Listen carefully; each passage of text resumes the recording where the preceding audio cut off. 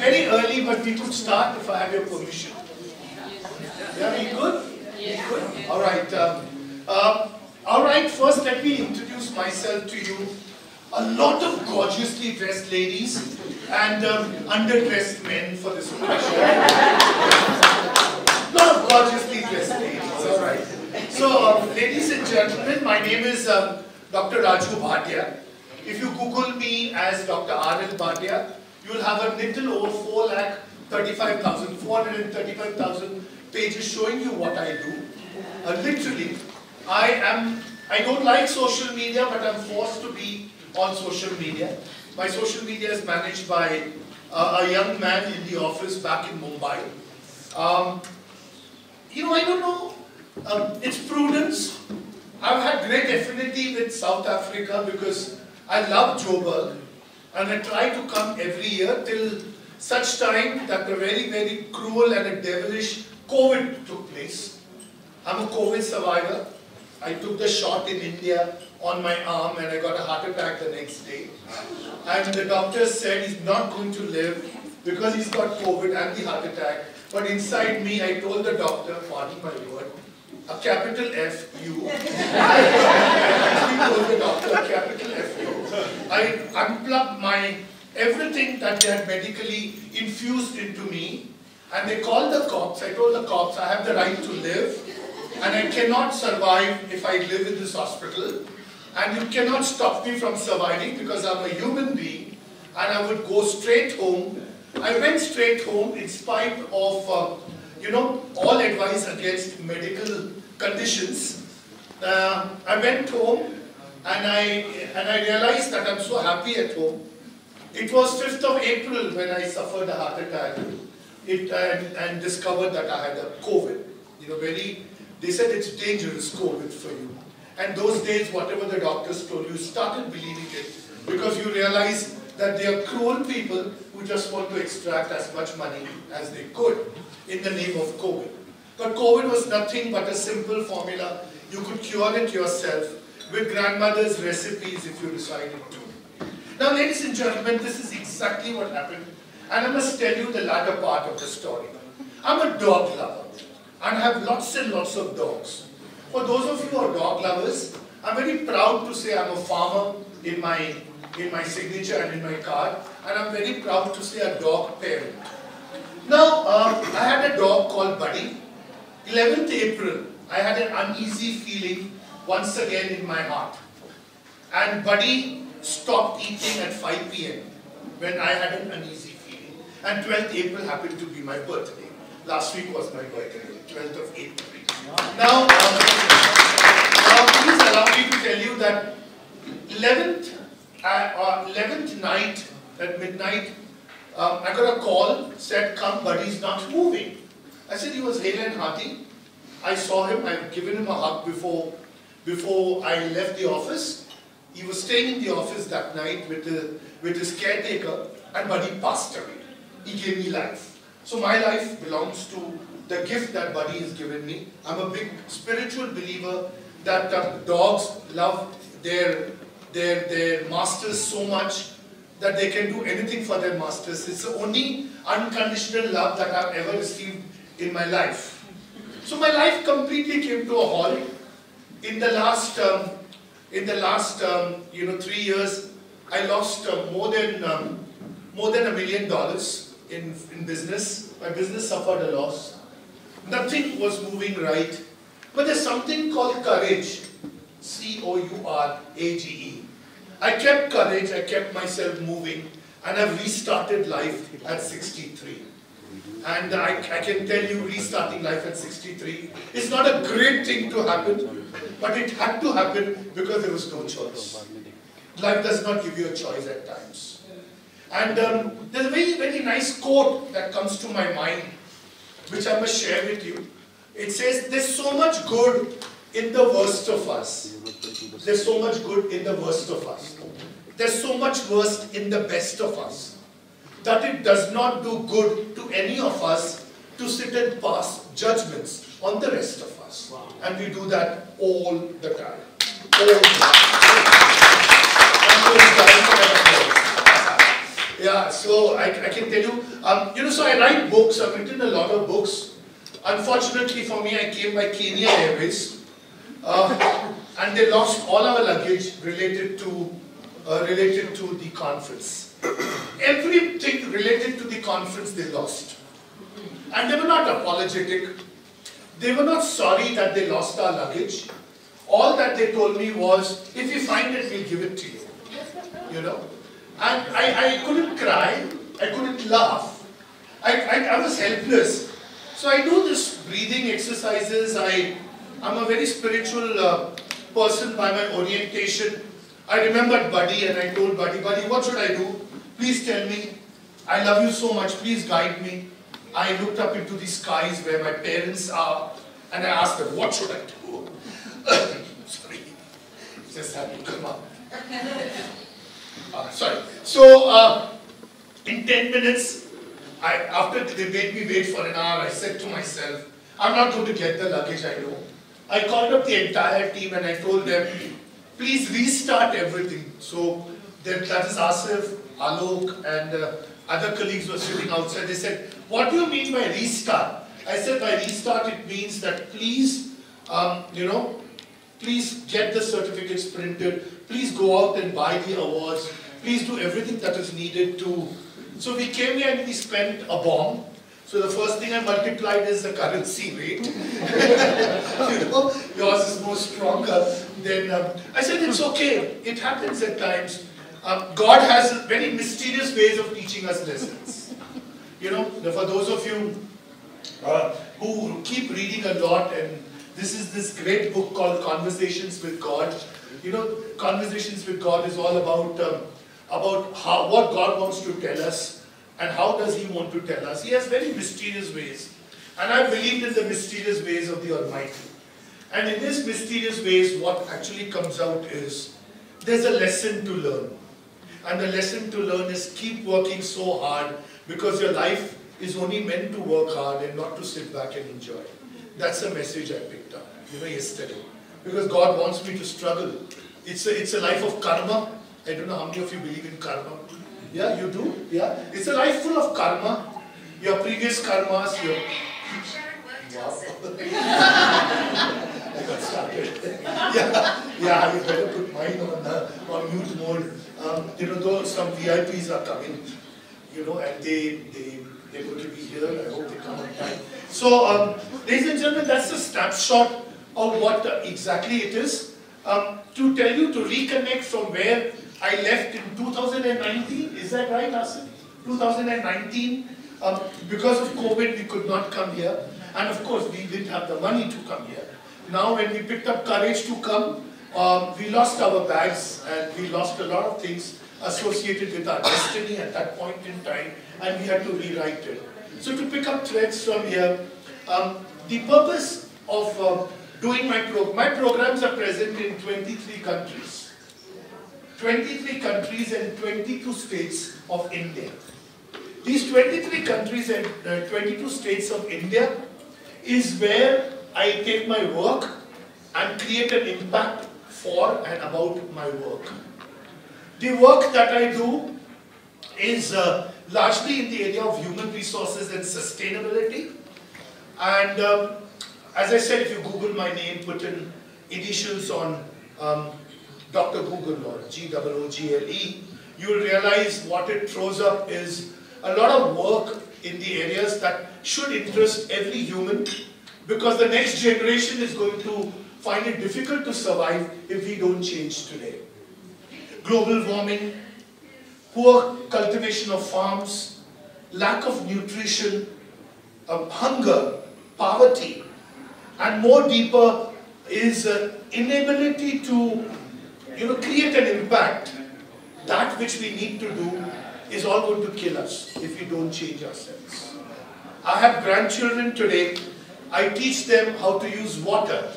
I teach them to cultivate greens in the balconies of our homes.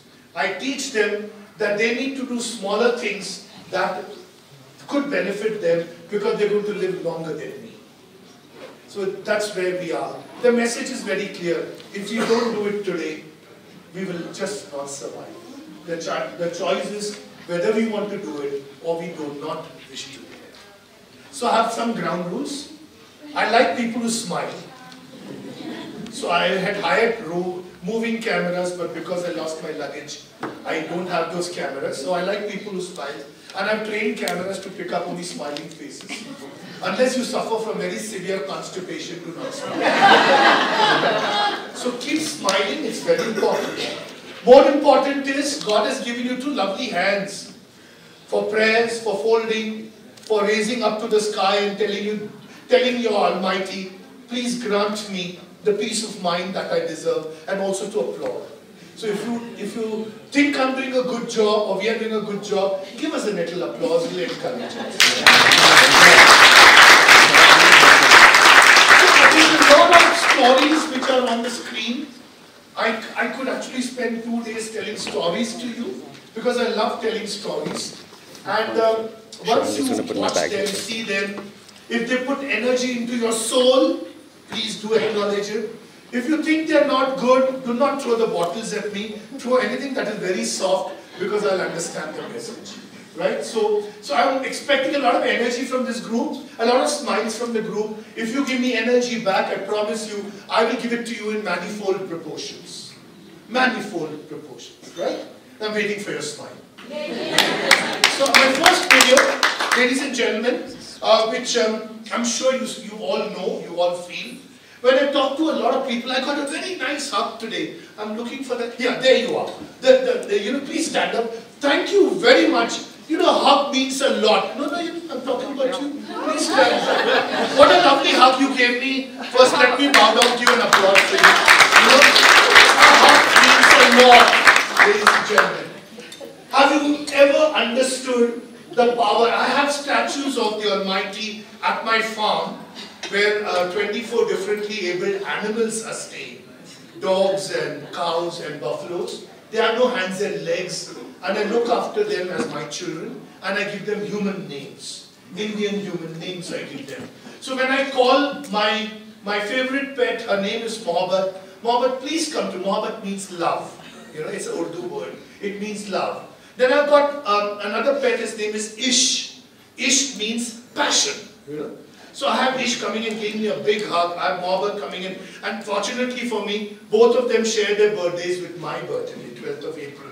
So it couldn't be a bigger celebration than to have your pets and you. So I have a great time with them. They lick me all over, we swim together, we take bath together, and we fight with each other as if we are born to fight with each other. So this video is a tribute to all the lovely men and women, more to the women who are so gorgeously dressed today. And to tell you that these are smaller things in life, ladies and gentlemen, that are going to play a very big role in your life. Remember them, because that's what excelling in a changing world is all about. Wow, feels good? Feels good? Oh, very good. Yeah, what does it feel? Very good. A simple video. Why would it make you feel very good? Because it's very relevant. And a lot of things we're trying to do. It's relevant. Relevant to me? Relevant to who? Relevant to me, relevant to what I can do. Relevant to me and relevant to what I can do and achieve. Did anybody have their eyebrows going up and saying, wow, I know it, but I don't practice it? Be honest, put your hands up. That's a lot of you. I saw you came in a little late. Why did it impact you? Why did it impact you? Some of the things we learn, they have in our subconscious, and it's just easy to get caught in everyday conversation. Easy to get caught, and you like to get caught, isn't it? Yeah, it's convenient. You like to get caught. I like your smile. What did you like about the video? I think everything is an eye-opener, and It's an eye-opener. yes, it's things that you said earlier that we know, but it's also a self-identification tool in terms of searching within ourselves. We know we have the confidence, ability to do things and make things possible, but at times we are so blocked by society or what's happening around us, with our cultural differences, yes. Why are you using the word we? Why are you not using the word I? The video is a gift I have given to you, not to the group. I think it's more in terms of a collaborative team effort. If you want to do, if I want to do something, and if I want to go at the top, I cannot tramp on others to go there, but I need to take people with me. I have to recognize that this, everybody's different. And you know, that's what makes a collective team. You identify talent in different areas, and collectively, you work towards achieving a vision. Wow, you're going to be the CEO, I promise you. Yeah, I can see those traits. Anybody else? You have a appallingly very different impact about the video. Raise your hand, I'll come and walk towards you, give you the mic and talk about it. I was waiting. I could read it on your expressions. Absolutely. You're like a child, you know. Oh, thank you. Yeah. So I just want to brag actually that 90% of what was presented there, it's what we live in our company. Our lovely CEO makes sure that everybody's taken care of, and that's part of our culture. We believe in a formula, happy, passionate person, which is happy, passionate employee, that takes us to our loyal customer and brings us a lot of money, profit. Wow. So 90% of that is funding. Wow, I love that. Love that. How many of you think this is a video that you should watch with your family? Raise your hands. Wow. How many of you think your boss should watch it? Don't lie to me. Don't you honestly? Put your hands up. We're not recording this. Put your hands up. And you're actually saying in your mind, there are words in your mind that say, you snooty man, you snooty woman, you should watch this. Come on, come on, come on, put your hands up. How many of you think your boss should, no, right up. Your boss should watch it? Alright, you're completely right, let me tell you. You're completely right. And I don't want to interfere beyond this point in your imagination, which you should gesticulate to believe that yes, this is to be internalized, because if it is not internalized, it doesn't make sense. How many of you have teenager sons? Who's got teenager sons? Alright. Have you found it's very difficult these days to handle a teenager child? You know why? Netflix. No, I'm serious. I'm really serious. And I can promise you, the impact of everything that's happening around us is going to influence the next generation that's going to come. So this is the video. So when I talk to people, I have a habit of saying, hi, how are you doing today? And people give me some words. And those words are a part of this video. So when we were making, I and Imtiaz were researching on what we should give to this audience, we realized this is the best gift we could give you. Alright. Now, the storytelling. But before that, I have an important guest to introduce. I am going to request the guest to come right here. Asif, will you please help me? I have the CEO of IPM. IPM, you know, is a very prestigious body in South Africa and the rest. Most of the African nation loves IPM. I used to be very close to IPM when the previous CEO, Elijah Liteko, he was there and he unfortunately passed away. There was a little gap because of COVID and some of the other things that happened. But Sabelo, Mayeni, it's an honor to have you. May I walk up to you to greet you this morning. I have the privilege of presenting my card to you. You know, and I'm happy you could make it. You seem like a young man with a lot of energy, and you're going to make a big impact to South Africa and to the rest of the world. And Asif, please remember to invite him and felicitate him at your program on February 17, 2025 at the World HIV Conference, right? Okay, so ladies and gentlemen, happy he's here. Is he the only man amongst you women? How lucky he could be. How lucky he could be. All right, so I want to get you onto the second video. Can I go ahead with the video? If you're awfully bored of me, please shout. Is anybody bored of me already? Please, okay, you're not. All right. So let me take you through the next one. The next one is a story, or it's a TED Talk by Emily Levine. For those of you who know Emily Levine, she is a biotech specialist. She teaches us about microorganisms and about our gut. Because if our gut is healthy, everything is healthy. If our gut is not healthy, we are not healthy. So ladies and gentlemen, unfortunately, Emily delivered a talk and 9 days later, she passed away. She had one strong message to give to everybody. That message is captured, and with permission of the authorities, I'm presenting that to you. It's a 3-minute message. I just love Emily. I wish I could learn more from her, but God chose her to be the angel of the heaven. So He is looking after Emily, but she has left a message for you, ladies and gentlemen. Ladies and gentlemen, men and women, if you like this message, please applaud for Emily, not for me, once you see it. Right? When you turn, let me present. Would you like to watch Emily's message on the screen? Please play the video. Keep the lights, please. Wow. Does anybody have tears in your eyes? You do? How many of you have tears in your eyes? Even so do I. So do I. I don't feel like saying anything after this.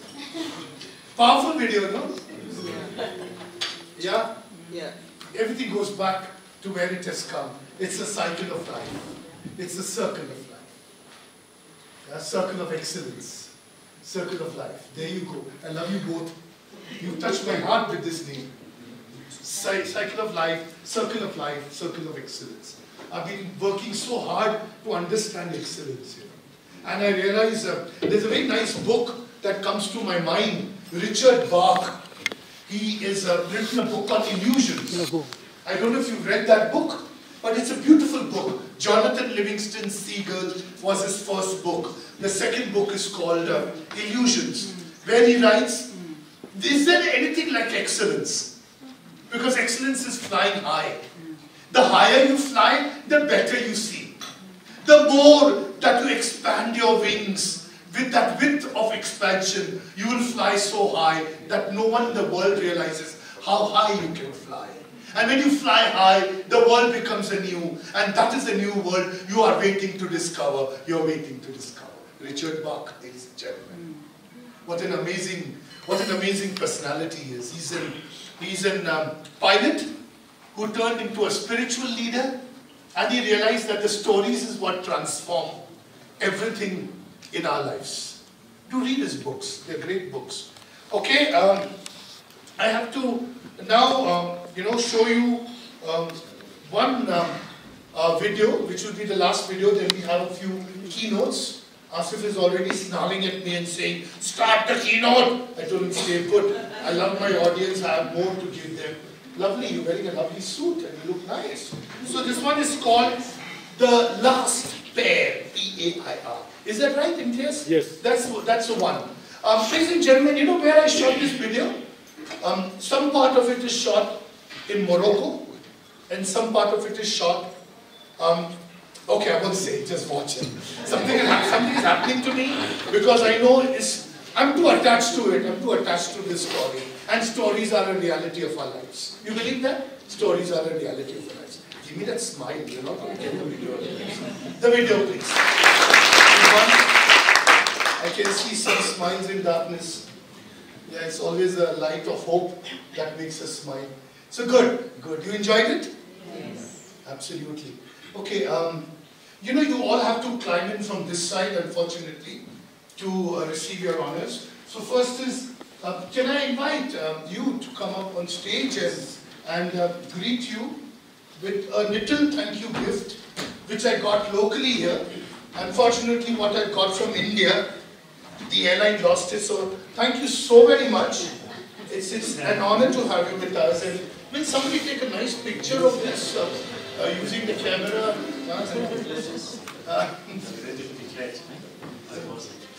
Oh, we have to go to the center. Oh, it's a little tie I got for you. You know, it's a tie with a little coupling, and I love the color. So, I'm sure you know. Oh, come. Right. So, ladies and gentlemen, officially to open this conference today, I could not have found a better human and a better person than Sabelo. Can I call you by that name? Yeah. And Sabelo is a person with very high energy. He is very passionate about human resources, and whatever he does in life, he tries to do with determination and courage to make a difference. He's promised me, if this audience applauses for him, he's going to do a brilliant job.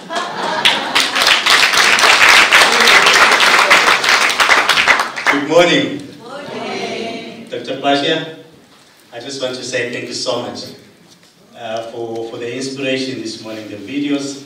I'm inspired. Now I just want to know what you're watching. I can't wait to Google you and watch all the videos because they are really, really touching and inspiring. Thank you. So thank you so much. And thank you so much for inviting me on a Friday. You know, I don't I'm like, yeah, thanks God, it's a Friday. And then some of us will not go to the office and just sit and do nothing. We'll be here and do something meaningful, meet all these amazing human beings here. It's an honor for me as the CEO of the IPM to be here, and I just want to maybe pass my appreciation to the likes of Andisa. I see some familiar faces here. Mr. Mabaso from IPM is here. I see my boss, there's my boss here.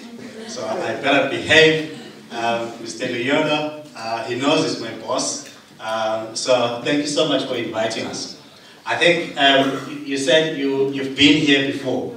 I just want to say that South Africa is your home, but IPM is your home. I love you. The minute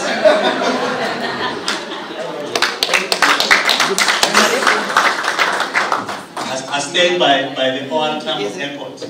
The next time you come here, you don't book any shuttles because I'll make sure that I take you around because this is your home and we want you to feel at home. If you look at what your organization does and what the IPM does, it's similar, brother and sister. So we should work together more often. So yeah, thank you so much and welcome. Thank you, sir. So I think, ladies and gentlemen, good morning once again to the South African Leadership Awards. I think let's just give a round of applause for the Employer Branding Award in your 19th and the World HR Congress in the 33rd edition. I think that's an amazing milestone. I think as we gather, yeah, so you.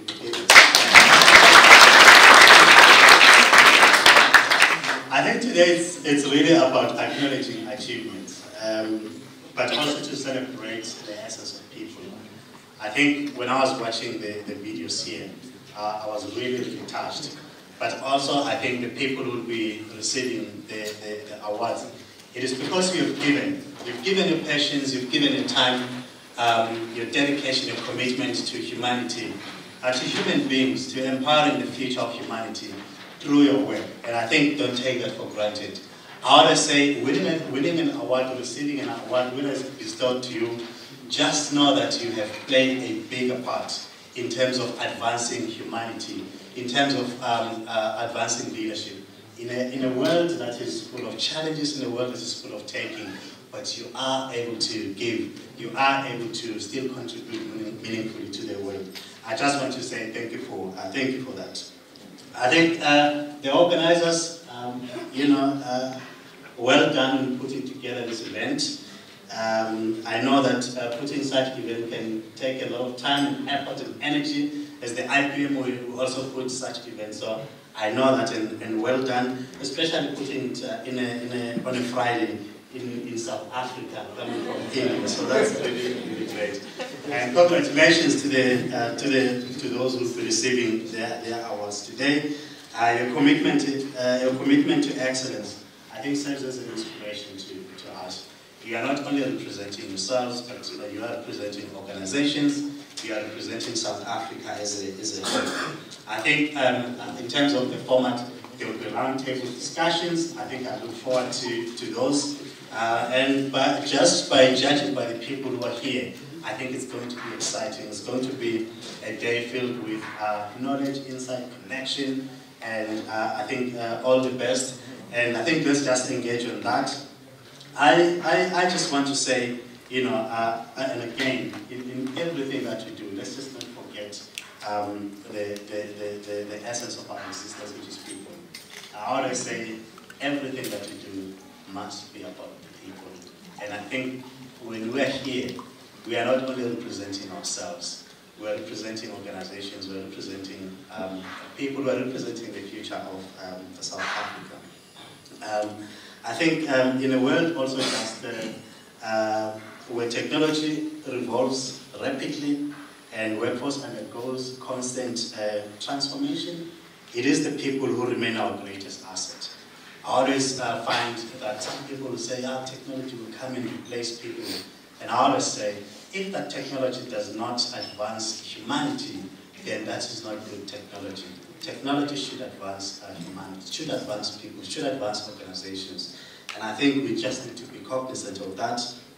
And as HR professionals and people in management, as drivers of organizations and people development, we always need to be cognizant of that. I think let's embrace the magnificence of humanity as we navigate the challenges and opportunities that lie ahead of us. I think let's create workplaces where individuals feel valued and appreciated, empowered to contribute to their unique talents and perspectives. I think this is the second video where you can really, I think Dr. Basha was asking, how many of you actually do that? How many of you actually put people at the center of everything that you do? I think it's an important question that he was asking. I think let's honor the legacy of these esteemed organizations that are here today by championing the cause of people-centric leadership. Let us build a future where magnificent people are celebrated, nurtured, and embraced. And I think I see today as a day for celebration, as a day for connecting, as a day to advance humanity. And judging by the videos, Dr. Bashir, I think we're going to have a really, really great morning today. I'm not a man of long speeches, so in closing, I just want to say the true measure of magnificence lies not in the grandeur of our achievement, but in the boundless potential of every individual to shape a brighter future tomorrow. With those words, I would like to say all the best, and thank you so much for inviting me to be here, and I look forward to the day. Thank you so very much. I have a very special honor. I did not tell him I'm doing this, so Asif, please allow me. A very special honor for you, Sibella.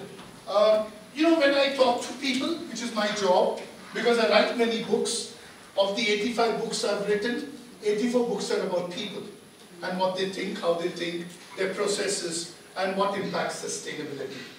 I did speak to a lot of people about you, and let me tell you, people love you. And when people love you, you are a true leader. It's very important that you make an impact on the minds of people. If you make an impact on the minds of the people, the souls are touched. So today, it's an honor for me to present to you an award. The title is Visionary Leader. Will you please give it?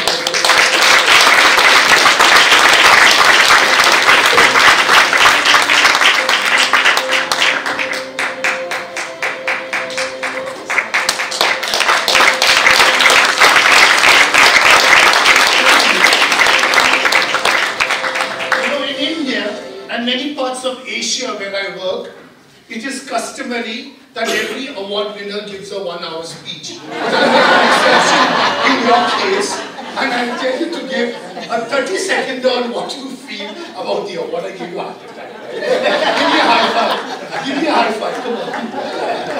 She's got zapped. She says, "What the hell is happening?" No, let me hold this. We get a good picture. So we get a good picture like this. Yeah. Okay. Well, this was unexpected. But thank you so much, Dr. Bashir, from World HR Congress. Thank you to, you're not just a leader, or, it's because you're a leader because there are people that work with you. And if you can just allow me to bring some of the people here on stage with me, that I think they've supported me. Please. And I'll just call Wendy and Luella and Andisa and my amazing assistant here. I just want to take this picture and acknowledge them because today is about people. He's taken some names right now.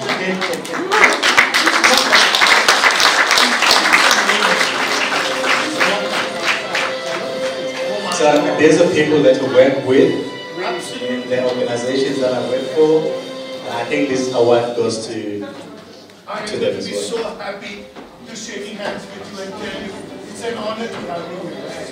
Yeah, I'm going to be so happy. I'm not going to kiss you. Thank you. Okay. But the men were expecting me to peck them. I'm not going to that. Can I have a mic? Where's the mic? Alright, the mic is here. Can I have, oh my God, look at this. Wow. This is South Africa and I love you for this. I love you for this. So many pictures.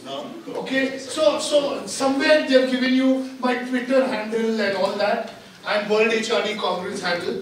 If you think we are making an impact, remember, only if you think we are making an impact, talk about it. If you think we are a bunch of dash, you're not talking. So thank you, lovely people. Love you all. Thank you. Thank you again. And you're not going here, but please catch in the to be on the first row to present a few awards. Give me the next one. The Honorable Minister who's here. Give me that one. Well, let me read the name of the Minister. We have a very Honorable Minister today. The Minister of Information, Communication and Technology. I promise you, it's going to be a big honor for me to meet you.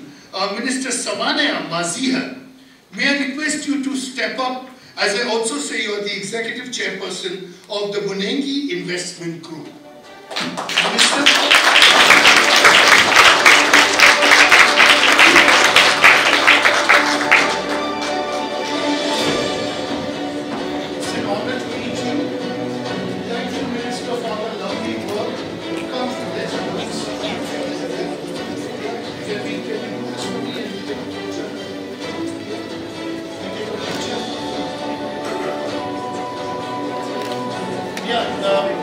Her husband is here and she's very proud that her husband has come along.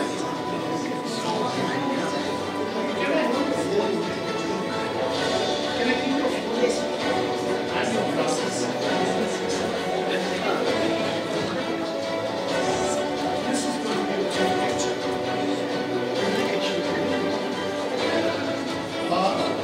Mr. Minister's husband, please walk back. Let me take a picture with you. My name is Dr. Rajkumar, and I love your smile. So first is, let me make it a little complex. Sir, what does it mean that your wife has received an award? The same as everyone in this room, that God's truly blessed her. Thank you. Wow. You're happy? How very happy? Elated. Elated. Minister, now we can't let you go give this to your husband. Sir, you got to be here. I just want to say something standing here. Yeah, please do. Thank you so much for this award. I really appreciate it. I had a few words that I just wanted to share with you all that I've been thinking about this past couple of days. You know, at the end of our lives, what really matters is not what we bought, is not what we built, not what we got, but what we shared. Not our competence, but our character. And not our success, but our significance. Live a life that matters. Live a life of love, live a life of kindness, live a life of gratitude, and most of all, help out your fellow man. We actually are each other's keepers. Thank you. I'm so thankful for this award. I've been working very hard over the years in mining, in infrastructure, as well as in ICT. And now, all of a sudden, overnight, I'm Minister of ICT. I don't know if God is a comedian or what, but I'm thankful for it all, and I'm thankful for all of you, and I hope that this day gives you everything you desire, and I wish you all a very good life. And I thank you so much for this award. May we request you to spend some more time with us? We are very great people. I would like you to present a few awards if it's okay with you. That is quite okay with me. Thank you. Thank you. Thank you, sir. You are the best. I'll take the mic away, otherwise the hotel will charge me. That's right. There you go. Ladies and gentlemen, you can't go still. So, I'll give you the wrong one.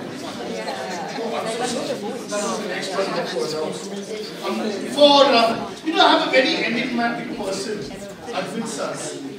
The person has devoted his entire life to community service. And community service will play a very important role. Before we come to the round table and the topic triggers, we would like to honor this person, right? As I told you, if you give me a smile, I announce the name. Otherwise I don't. It's Ramnik Lal Juda, the community and cultural advocate, receives his Lifetime Achievement Award. Wow. Mr. Juda.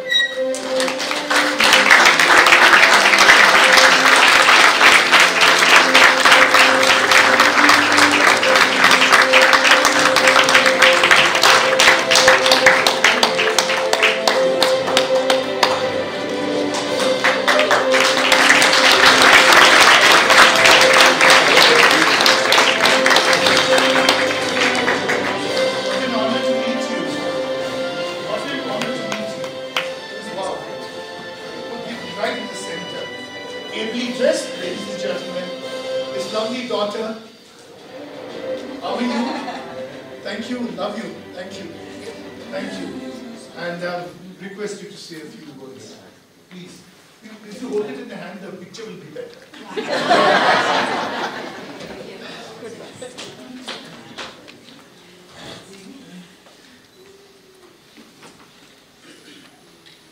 They say that, dynamite comes in small packages. And also, very green chilies are very pungent. Ladies and gentlemen, I would like to thank the organizing committee for honoring me this morning with this wonderful gift. And I feel really proud that I am here amongst eminent people here, and especially our minister that is present here. Throughout, it is a profound honor to stand before you today to accept this Lifetime Achievement Award for Cultural and Community Services.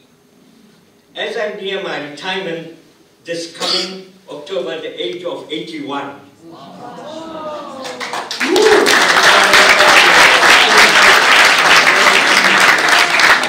this recognition takes on a special significance for me.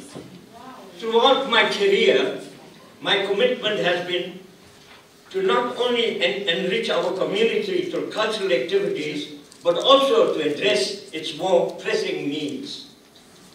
From spearheading initiatives to build a retirement home, providing essential medical services in underprivileged areas, to organizing local food drives, my aim has always been to enhance the well-being and unity of the South African citizens.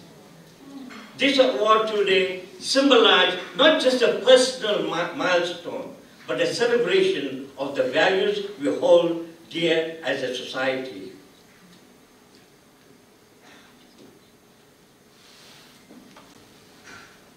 My hope is that the endeavors we have pursued will continue to flourish, propelled by the next generation of leaders and community members.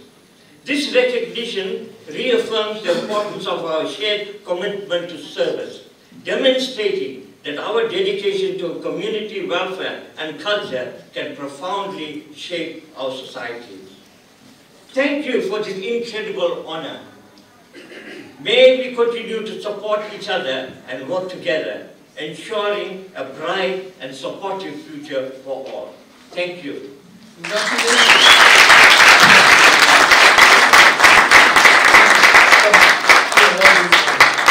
He will need help. Somebody hold his hand. Well, age is just a number, no, in the mind. I was just telling Sibelo that I think I am old, but he says, no, look at this example of a lovely young man. What an amazing conversation on the stage with the minister and Isabella. What a lovely conversation. All right, you know, this is the best audience that I've ever had because of the energy and so much of enthusiasm that you portray. So both of you, I want you to know, I'm going to call the founder and managing consultant who's going to receive an Exemplary Leader Award. Exemplary leaders are all that we need, and we all have them, including my parents. Some of us look up to our parents as exemplary leaders. As a typical emotional Indian, I think parents play a very important role in our lives. We never leave our parents, however old they become, which is an amazing thing. Unlike in America, where the parents tell you, you're 13 and they tell you, get the hell out of my life and start working. Can you imagine how deranged their values would be? And I'm so happy to look after my own kids and love them. May I invite you, Emmanuel Zavada, from the Third Eye Africa Consulting Group, to come and receive your honor. Emmanuel.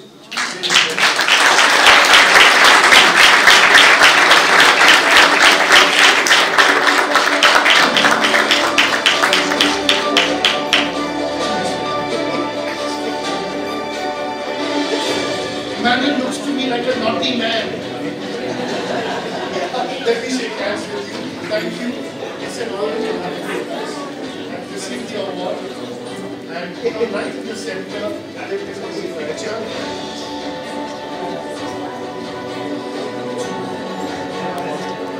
Lovely. So, Emmanuel, would you want to speak for an hour or lesser, or what is it? Lesser, okay, please. I didn't need it, I promise you. Come, you can speak a few words and some words and many words. Okay, thank you guys for according me with this leadership award. My name is Emmanuel. I'm from Zimbabwe, but I've worked with World Asharati. This is the 5th year now. When I started working with these guys, I was working as a general manager, but then I had a consulting mindset in me. I've got more than 3 degrees, 2 masters, I'm not yet a doctor though. I've written more than 500 articles, newspaper articles, Zimbabwe, Namibia, and Botswana. I'm running a consulting company called Third Eye Africa Consulting Group, which is based in Zimbabwe, Namibia, as well as Botswana. I remember the first time we meet, I was with Andrew. Raise your hand. Yeah, and I was contemplating leaving my work, and believe me, these guys, they've opened a lot of doors for me. Right now, I've got clients that I have, that I'm assisting in India, city of Pune, Indo, clients in Ethiopia. I'm just all around, and I feel so happy, and I feel so empowered because of these guys. Lastly, I really want to say that action speaks louder than words, but results speaks more louder than action. Having this award without results means nothing, so let's be results oriented. Thank you.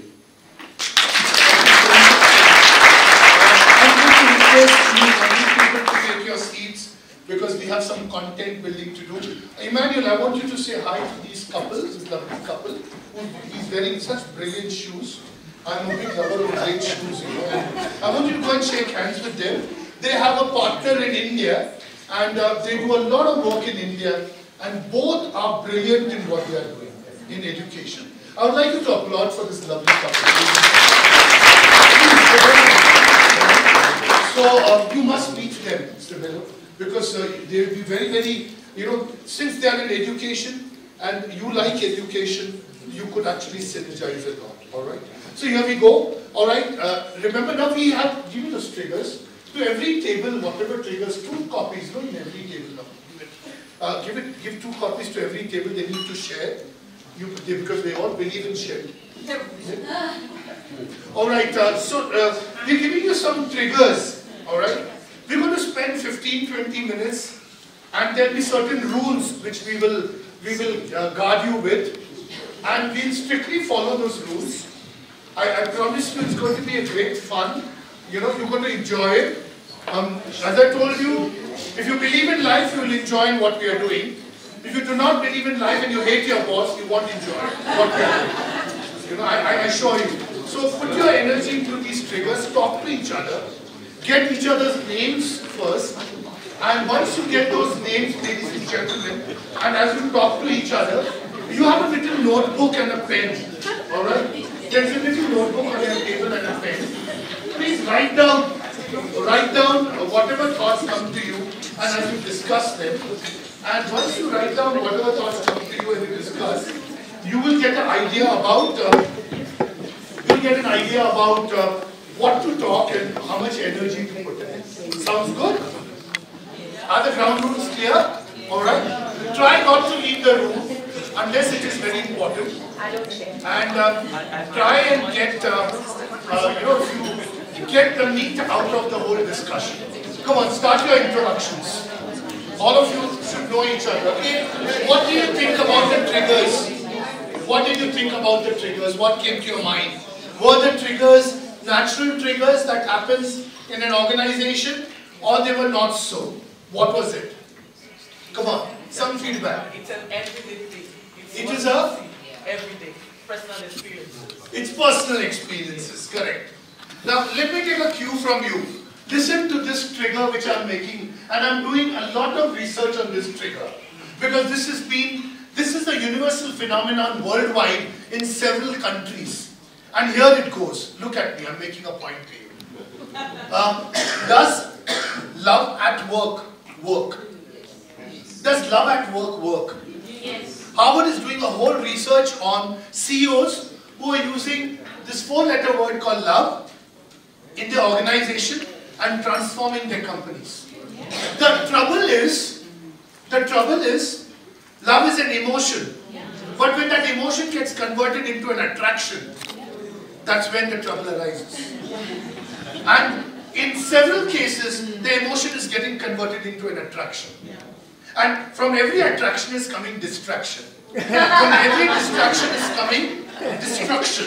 And from every destruction is emerging something that is not so good for the future of the organization. So does love at work work? And in my opinion, what is coming out of the research is collective research. That's the right word. I dare not make a mistake, otherwise my license would be taken away.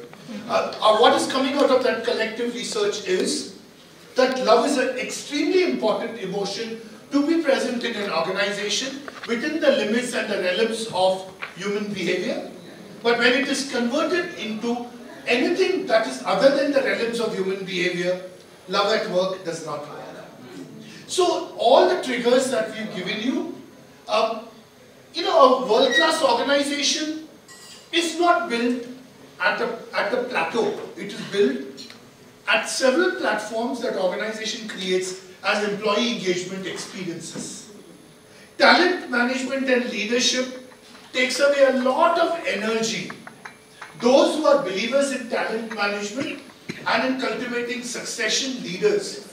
Look at the word succession leaders. Succession is a major issue in almost every American corporation. Succession is a major issue in aging Singapore. That's the best example I could give you. The Prime Minister of Singapore lays his office in another 20-25 days. On May 15th, his deputy prime takes over as the Prime Minister. I can promise you, I know him personally, and he's the best person. You'll find my pictures with the Prime Minister on social media, or for the work that I do. He's one of the best persons to believe in green and sustainability. But the question is, does he translate that into the bottom of Singapore? That's a question I'm asking him. So succession is going to be a major issue everywhere. In my own country, I should be sensitive to share with you, ladies and gentlemen, my own country, we love our Prime Minister. I love my Prime Minister. But what happens? He's 73. Another 2 years, he lays his office, and in a 5-year term, is he going to change the rule for himself? That's a question I ask. Or is he going to transform my country into a third superpower, which is the hope? So, politics, we all know, is dirty. That's why organizations have PhDs. PhDs is pull him down, pull her down. They're present in every organization. PhDs, you know, they're present and they're rampant. And what saddens me is when the CEO knows they are PhDs and encourages them. That's called the political asylum of organizations. A deadlock. A deadlock. You know, can you get me, there's a book on my table, somebody, can you bring it for me? I want to show and tell. I want you to know that a lot of notes that are written today about the future have to do with one word called the heart. Look at even sustainable development goals. Look at even sustainable development goals. It all has to do with the heart first, then the mind. So if you decided, and your country is beautiful. I had a great journey from the airport to wherever I reached. It is clean.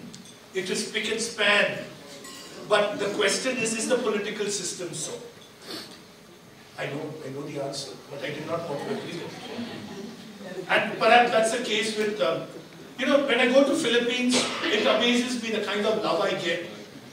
Every Filipino knows that the future of this country, or her country, they need to work harder to transform.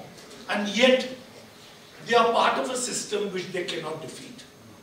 They cannot defeat. So, here's the name of a book I'm reading called The Simple Heart Cure. I paid some, $20 to buy this book. It's a very beautiful book. If you love your heart, you must read this book. I don't know how many of you love your heart, but read this book. It's great. I don't get paid anything for that. But I want you to know that this book changed my thinking about how we lead our lives. And if some triggers that, my whole idea behind giving you triggers was to make some change happen. And so if you have written some notes, Asif, would you take them so that we could incorporate that in my research? And if you like your names to be included in the book, do tell Asif. The book will be released on 17th of February in Mumbai at the 32nd or 33rd? 33rd edition of World HRD Congress, which I've been running Sabelo for 33 years. 33 years of my life I gave to HRD. And 33 years of my life I gave to a company called the Tata Group. And sometimes I question myself, is so much loyalty good? Is so much loyalty good? Of course I have no regrets, but I'm happy to be loyal. And I keep telling my wife, loyalty always pays, and she laughs at me. There you go. There you go. I know, I triggered you. So I hope you enjoyed so far. And I have to introduce to you wonderful people. Many of you know Alok Pandit, Dr. Alok Pandit. He's been my deputy for 25 years. Again, loyalty. Long service. He just finished his birthday yesterday. He told me not to declare his age publicly. And he is the Executive Director of CMO Asia and CMO Global. CMO Global has allowed its name to be used on some certificates. And I'm happy that CMO Global has allowed its names. I also want you to know that Asif is a very humble person. He just finished his Eid with his family. And I saw some of the pictures of the love that exists in that family. A family that is full of love is a family that has a very bright future. Asif, besides running HR programs, he's also the Executive President of CHRO Global and CHRO Asia. So both these gentlemen, Mohit assists them. There's a very simple boy sitting outside. His name is Sandesh, who's given 2 decades to my company. He's very well dressed. He's wearing a very expensive suit. Sitting outside. You might want to shake hands with him. And he has a beautiful cheesy smile. And the gentleman who's been standing patiently with some hope of losing weight, which is never going to happen because he's going to go back. He's been eating a lot of bakeries since morning. A lot of bakeries he's been eating. I watched him. He ate 8 pieces of that bakeries. You know. So he's never going to shed weight. He is a humble Muslim who helps me to put together a lot of videos which have global orientation. So that's the team, and one of the members who was disembarked from the airport because he had 5 empty pages, and that stupid airport person told him, you don't have a page back to back, because you don't have a page back to back empty, I want you to go back. So I am burning because the luggage was in his name also. We lost all of that, ladies and gentlemen, in the last 3 days. So there's no explanation, there's no law that says you need 2 continuous pages. If you have 5 pages, it is enough to stamp, but then those authorities did not agree. So I have to ask the system back in my country, what should an ordinary citizen of the world do when the citizen of India gets treated that way? So there we go. We are all citizens of this global world, and we will remain that way till our last breath. Remember Emily Levine's talk, we're going to go back from where we came, and if you're going to go back, let the creatures of the world relish the leftovers of us. So Alok and Asif, please come over. This audience is giving me so many smiles. They'll give you smiles in manifold proportion. Sabelo is my younger brother here, who's going to help you. And the Honorable Minister is there. I heard some raving things about the great work you're doing. Let me tell you, the respect for you and the work that you do is in the bottom of my heart. And I want you to come to India. I run a program for a person called Lady Clinton, called Women Delivers. You know, it's a program called Women Delivers. Women Delivers celebrates one day in India. I think it is on 18th of February in Mumbai. It's called the World Women Leadership Congress. So if you have any woman from, I must share this story in 1 minute. Do I have 1 minute? I will share this story in 1 minute with you. There are these women in a place called Assam, which is on the northeast of India. Ladies and gentlemen, 13 women were castrated for not producing a male child. And they could not bear the burden of what they went through. They suffered. So this platform, guys, I'm getting distracted. This platform brought those 13 women together in Mumbai, and they got a funding, after which their lives transformed. Now they are independent and they lead their lives very happily. So those are the examples of people who come. There's a whole community of transgenders who suffered a similar incident, and they got a better hope because of World Women Leadership Congress. If there's any woman of this world, Minister, you are definitely going to come. Alok will go back and write. And if Lady Clinton comes, she'll be honored to meet you, because people talk great things about you. When, behind your back, when people talk great things, that is what a true leader is all about, ladies and gentlemen, if you agree with me. So, thank you. I will take a little back seat and let these young men, I am 63 physically and 24 mentally. And these men are older than me, you know, and I still run, I still gym, you know, I still eat well, and I love to grow my own microgreens and see them grow, and I pluck them, wash them and eat them. If you could do the same, you'll never age. Somebody told me, why aren't you aging? Why do you look the same? I told them I create my own microgreens at the window of my home, at the kitchen. I pluck it, I eat it, and that's the secret of what keeps me what I am. God bless you. I'm going to meet you soon.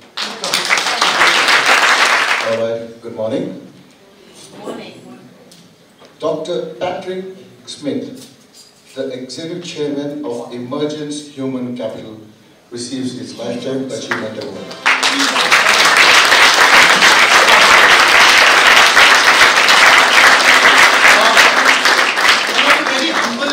Persons I know. And I'm so honored to connect again with you, Pat. God bless you. Come, that way. Such an honor.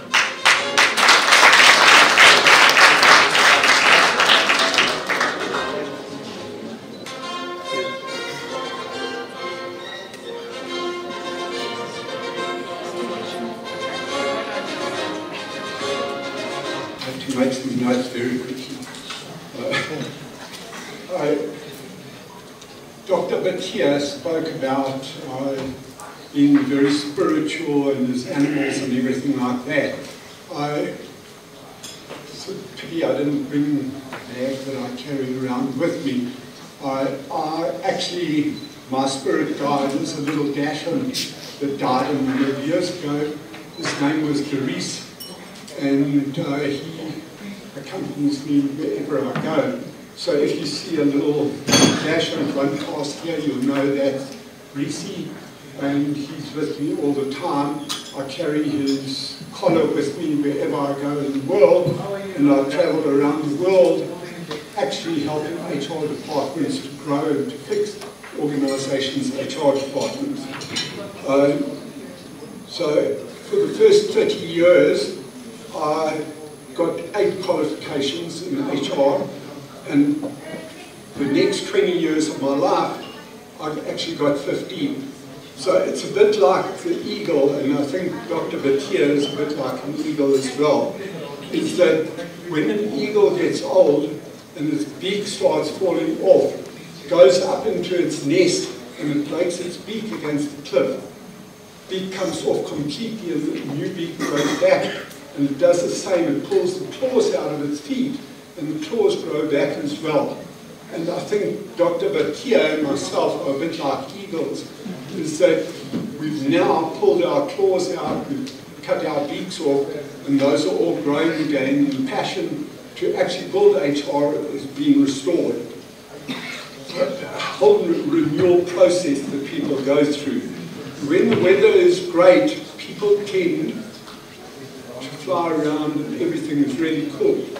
But when everything is really bad, people tend to just flop down and think that they're dying.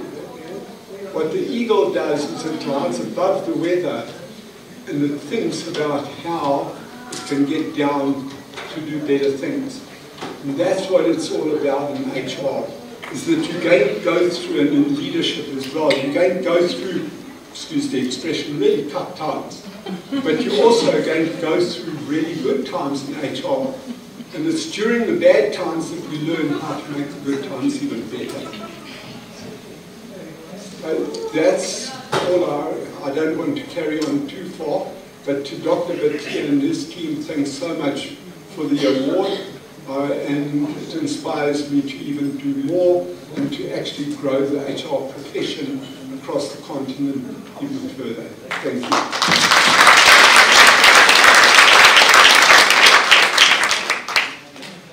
All right, we also have the topmost HR leaders in South Africa. It goes to Gail Vermeulen, owner and senior HR consultant of the Gail Vermeulen Consultancy, and Pat's going to receive it.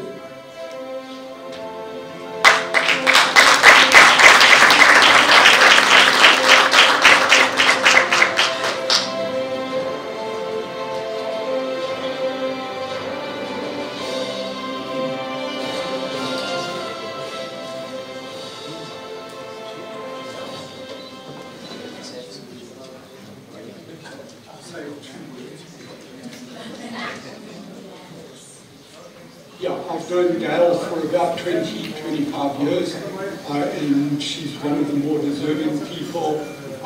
Now one of the top coaches, certainly in this area, if not in South Africa, and she goes back a long way, very deserving, and I'm sure she would like to thank Dr. Batia and his team for that award as well.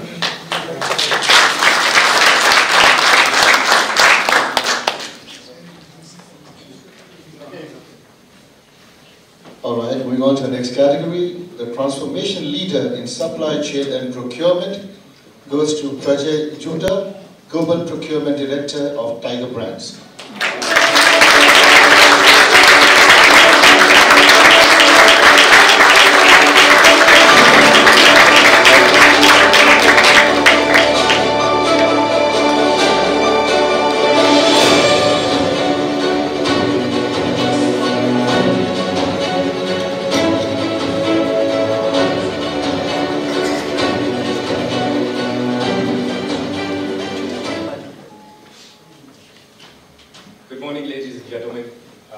Firstly, it is truly humbling to be here and to receive this award and to be recognized from such a prestigious organization. So thank you, Dr. Arnold. Thank you, Dr. Bhatia. I really appreciate it. I'm truly humbled for this. I'd like to thank a couple of people as well. So firstly, I saw something up on the triggers today, leaders that sacrifice for other leaders. And my leader is sitting here today. And she's at the back there. Charlie, thank you very much. Appreciate it. She's very shy.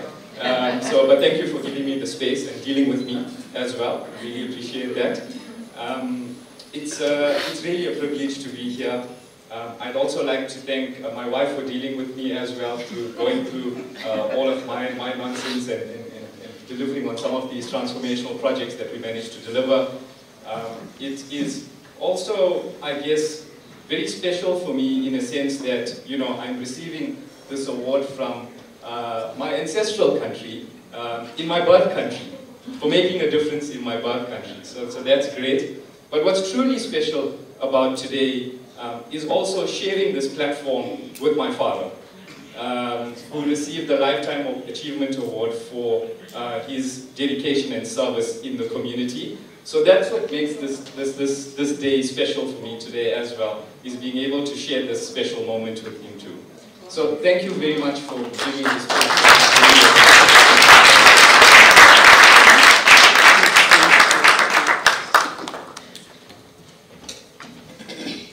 Alright, we'll now have a few brands come up to receive the company accolade. That will be a little rigid. I will invite one by one. You will come, receive your certificate and step either to the left or the right of the stage and stay around. We'll then have a nice group photograph. And then I'll take sound bites from each of you. Okay? Alright, the first brand which is going to come up is Willard Batteries. Willard Batteries.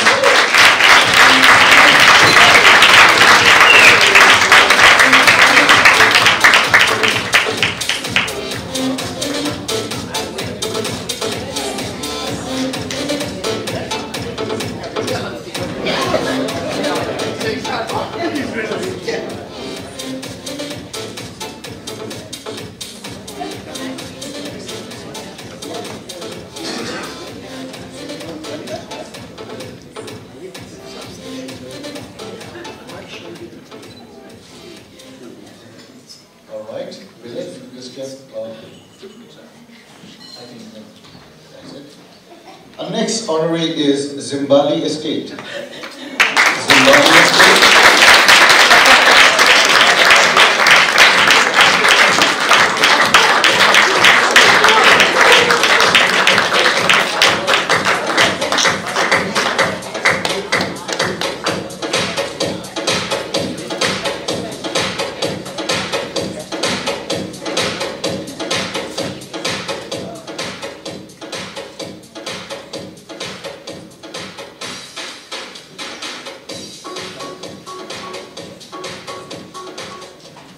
And the third honoree is the Jackie Cameron School of Food and Wine.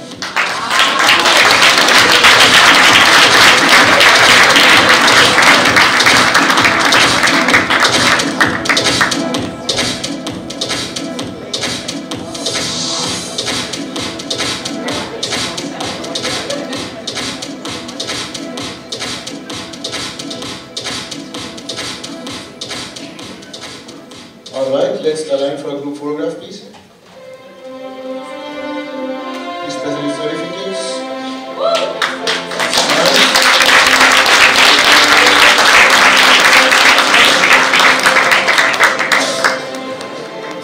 And now a few words.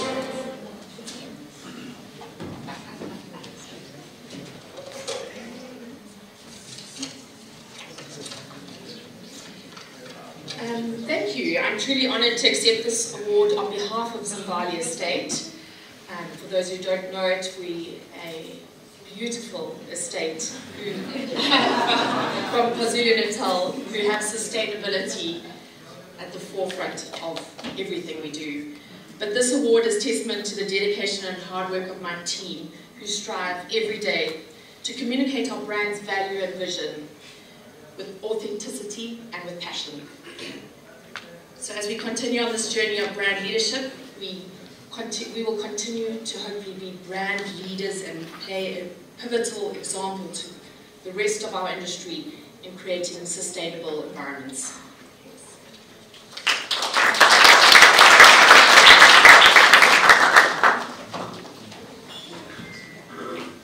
Hi, good morning, everyone. I just wanted to say thank you completely to the team for giving me, myself, my school, Jackie Cameron School of Food and Wine, also in KwaZulu-Natal, so all very exciting.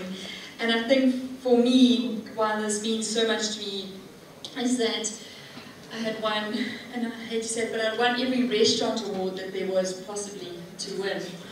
But it became more than that. It wasn't waking up in the mornings that didn't get me excited anymore. It was seeing upliftment, seeing development, seeing growth of my staff. That's what excited me, and hence opening up my school. And then I always say to the parents, thank you so much for entrusting me, because if you don't have students, you don't have a school. So especially in our 10th year now.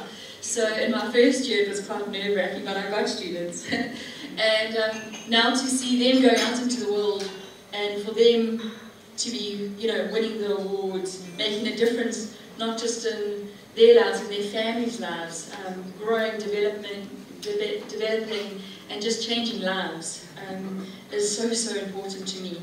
So thank you so much once again to the team, because this means the world to me.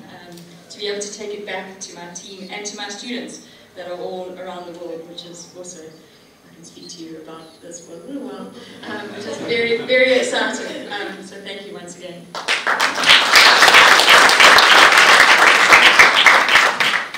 Good morning, ladies and gentlemen. I think this award is very fitting because Woolworth Batteries is 70 years this year, and I'm sure you'll notice over some various marketing activities where we'll obviously showcase some of the products we've done over the years. Obviously, Woolworth is very strong in CSI initiatives, and we also give back to the community because I think that's what it's about. And I think that's what we're also here partially for as well.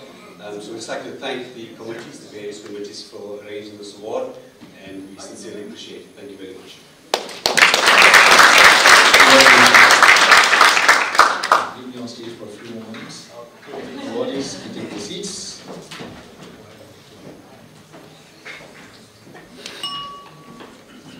Alright, the CEO with HR orientation goes to Buisiwe Khoza, CEO of Unikaba.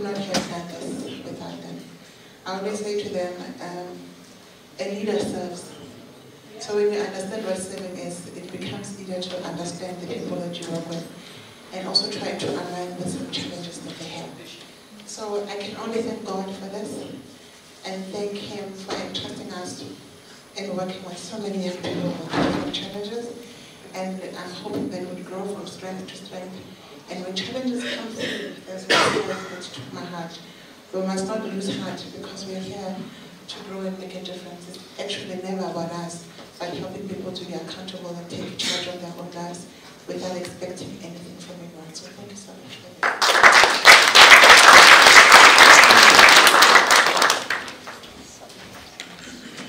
All right, we change categories. This is the best general managers in the hospitality sector. Our first honorary is the leader behind this property, John McCurry, General Manager of the Hilton Sandton. I believe he's been caught up in a meeting, but we have his colleague, Chef Gareth here.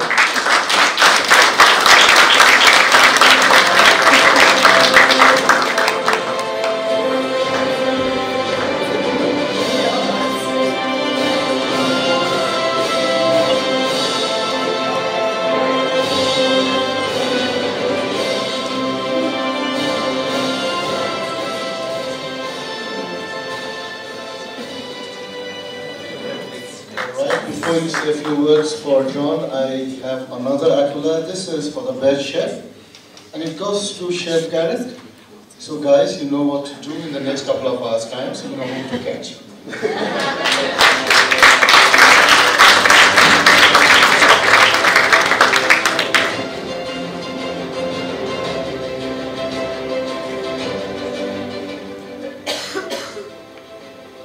A few words now for yourself and your boss.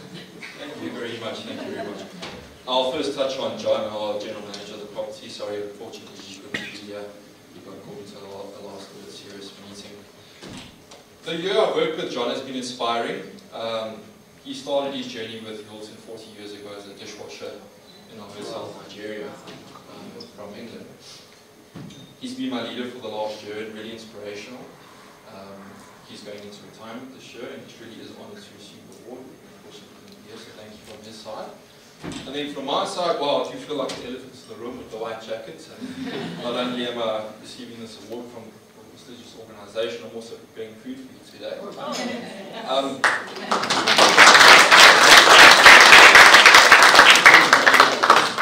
But I think what's empowering as a chef, or what I like about my job, is it's such a diverse, different job. No 2 days are the same. You'll know yourself. You can do admin, you can cook, there's lots of HR involved. A lot of people are managed up to 60 people in the kitchen.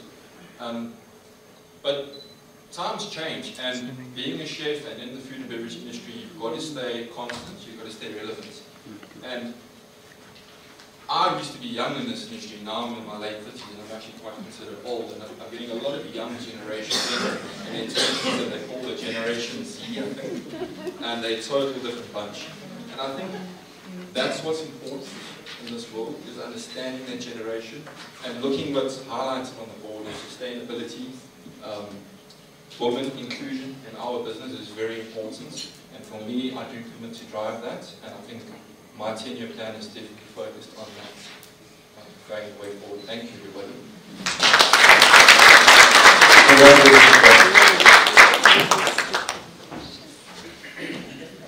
All right. Our next category, this is for innovation leadership.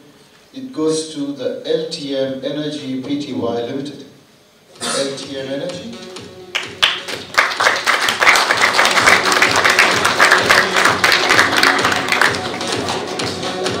Put your hands together for Ian Pierre, Director and CEO of LTM Energy.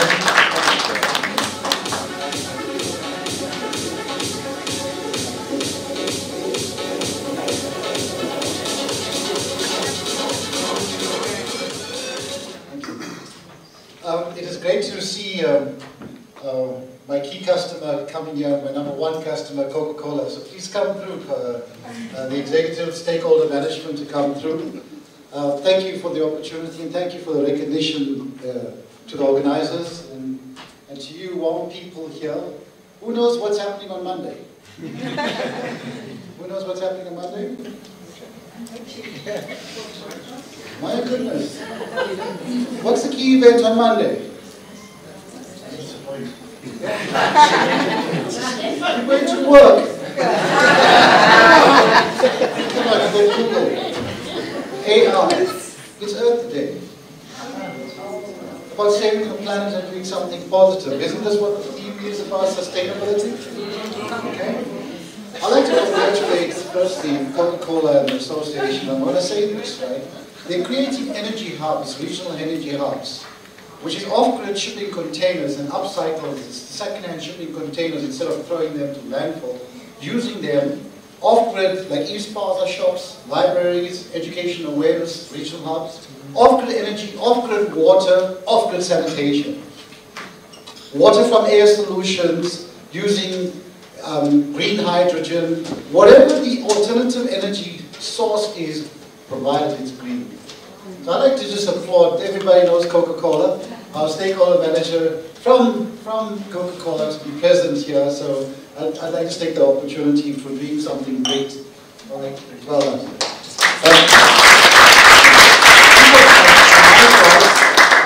Although I'm the group CEO of LTM, also play a large role in industry in stimulating the green economy. The whole idea of the association is linked to about 110 different countries in the world. We'd like to form a good collaboration with your organization and see how we can foster the green economy and grow it together. I think no one person can do it. That's what we need, a whole team of people, and you guys can become the ambassadors. So thank you for the opportunity. Appreciate it.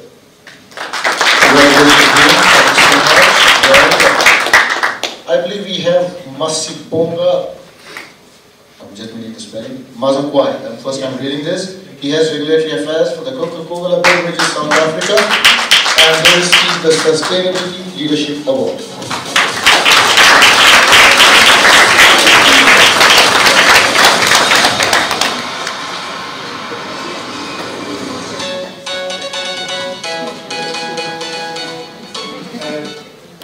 On behalf of Coca-Cola Beverages South Africa, thank you so much for this award and recognizing our efforts in sustainability. And it's through our partnerships and implementing partners like LTM that we managed to achieve this award. And thank you so much. And yeah, thank you.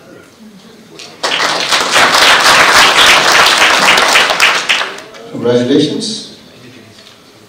Next honorary, because being a working day, we have some people who've got little time constraints, but happy to respect that. Kensani Nobanga, the Group Executive for Group Marketing and Corporate Affairs of Nedbank Limited, receives her Women Leadership Award. We have Ms. Buli, her colleague from Retail Assets. Ms. Buli, please step up to receive the award.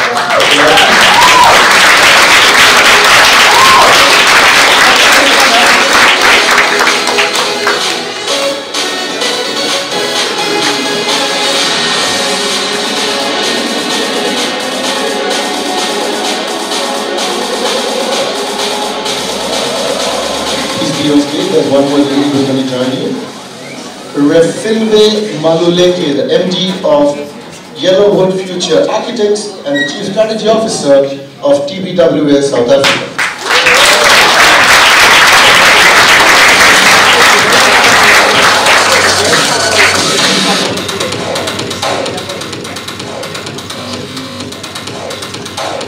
All right, let's have a group photograph, please. You could be in the center of production.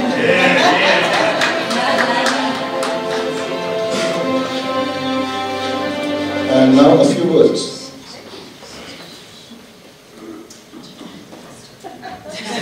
Absolutely. Thank you very much for this incredible honor. It really is deeply appreciated. You know, I think there's been many great things said about leadership and what it means, but leaders can't be leaders without followers. So to be honest, this is absolutely a reflection on the extraordinary people who have chosen to follow me and continue to do so every day. They're an extraordinary blessing. Thank you. So I'm receiving this on behalf of my boss, who's an incredible leader. She's actually taken some time off right now. The reason she can't be here today is she's taken some time off to actually refuel and recharge, which oftentimes as leaders is something we don't tend to do. So I think it's a wonderful thing that she's doing for herself so that she can come back refueled, recharged, and to be able to pour out, because you can't give what you don't have. So it's an incredible honor to receive this on behalf of Kensi and for her trusting me to do the honors for her. Thank you.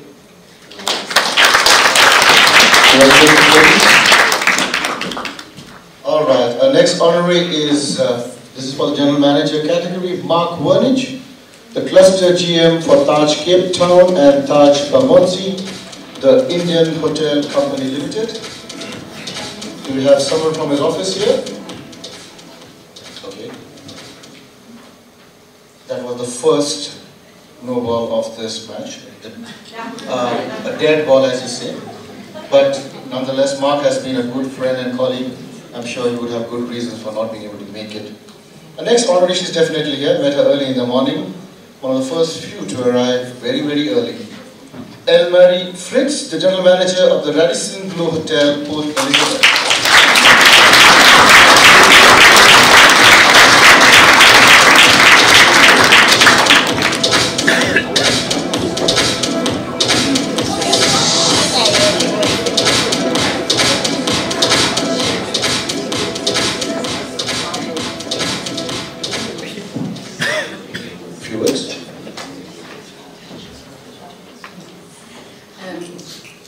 I just want to say thank you for this award. It is such an honor to receive this.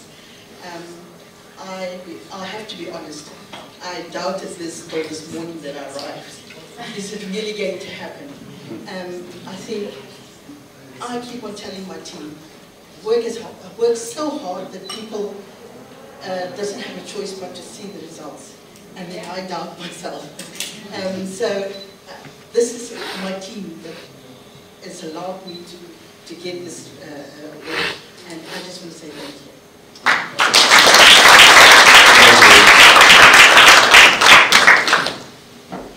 All right, we learn each day, we learn every time we come for a program. We've decided to honor a few young leaders in South Africa.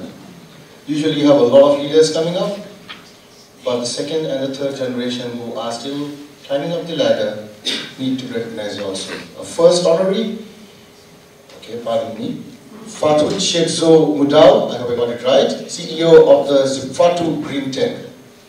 Are you there? Okay. This lady is definitely there. Nokwazi Mbele, Program Manager of Hesto Harvest.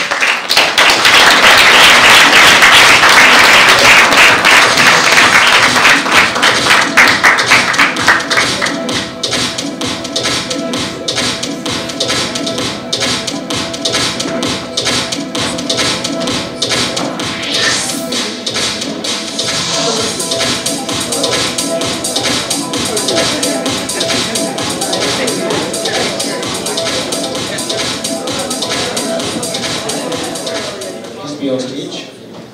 I'm not sure if others are there, but let me still do that. Pat Mahalangu, CEO of Lerato Agency. Pat. Okay. And Rich Sibusiso Halatswayo, CEO of Me to You.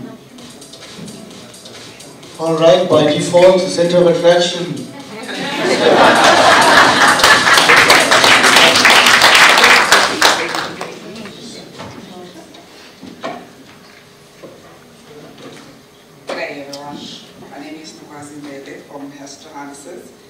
I highly appreciate this award on behalf of Hesto. And Hesto is a company that worked very hard to stay forefront of technology as we work with a lot of automated machine with artificial intelligence, and now working with supply wiring harnesses for electrical vehicles. So I'm proud that my company, by lending a Ford business, has managed to hire 4,000 additional employees. We're actually sitting with 10,000 employees at the moment. Wow.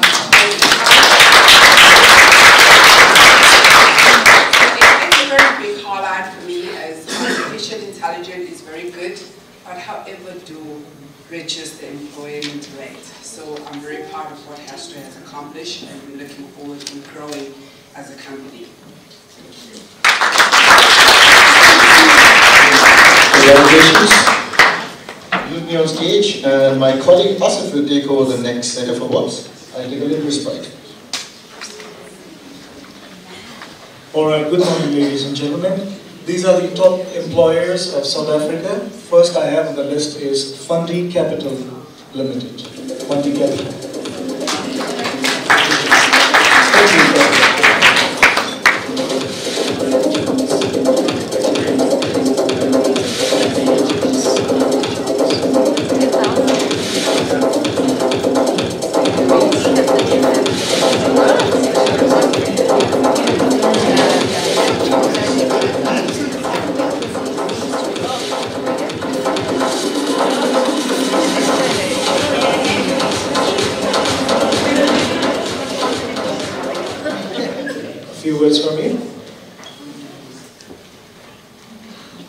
Thank you so much for the honor.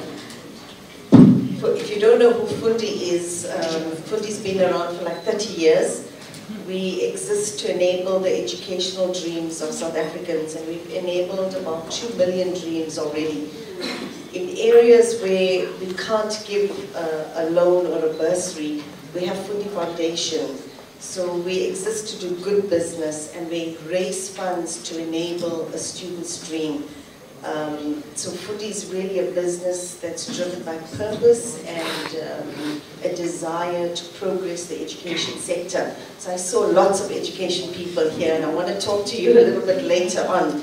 But just coming closer to what the brand is about, we believe in people. So we have a people-centric strategy, and this award really belongs to the people of Fundi. They live and they're passionate about enabling that educational dream. So, and Anulani looks after the people at Fundi, so well done to you for driving this strategy. Thank you. Well, the next winner is Murray and Dixon Construction Group. Murray and Dixon Construction Group. Well, give them a big round of applause for the work done.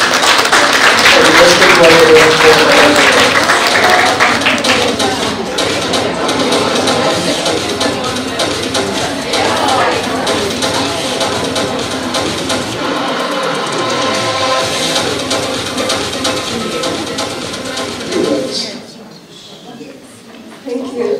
I am receiving this award on behalf of my group CEO, Rukesh Rakobir, who I see is late, he's supposed to be here.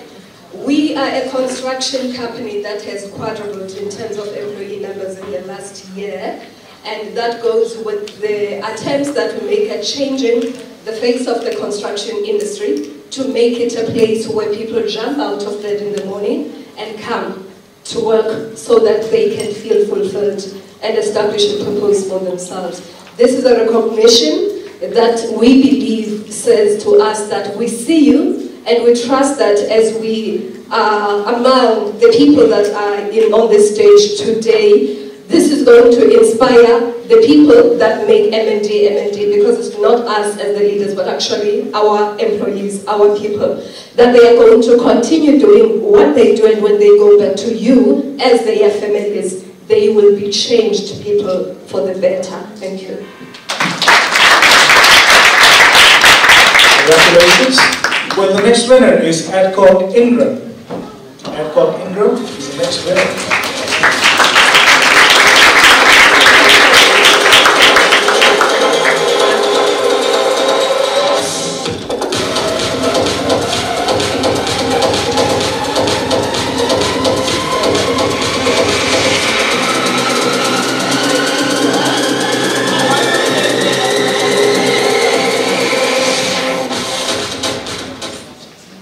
Thank you very much. I'm accepting this award on behalf of our executive directors and the board, as well as the EXCO team, and thank you very much to all our employees who is doing their bit every day. Thank you. Well, the next winner is DTIC, that's Department of Trade, Industry and Competition. DTIC. Department of Trade, Industry and Competition.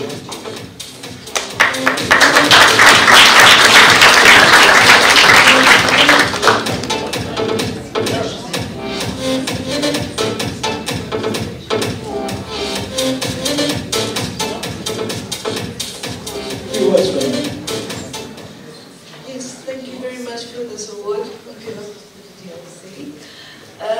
Working in government is not an easy thing. Our challenges are very real. So basically there's a lot of people like us who are dedicated and committed to try and make a difference to the people of our country. We are trying to create communities of human practices serving humanity. And one of the key challenges is trying to eradicate the triple challenges of poverty, unemployment and inequality. And this in itself will require collaborative efforts between labor, government, and business. So yes, we are constantly in the limelight, and every economy wants to be run like a well-oiled engine room with no room for poverty or unemployment or inequality, but unfortunately the challenges are very real. And we are trying, there's a lot of us in government, we kind of regard ourselves as underdogs basically, who are trying to keep the engine room of the country going, and the DTIC, Department of Trade, Industry and Competition, is basically like the foundation of the economy. And yes, we have several like-minded people, and yes, we have to deal with a lot of backlash from the public, but indeed, I'm sure that people have seen that we are trying to be progressive and trying to keep the economy running. And so thank you very much for this award. Much appreciated. Thank you and congratulations. The next winner is CCI South Africa. CCI South Africa. Eamon. We have Eamon here, the HR leader.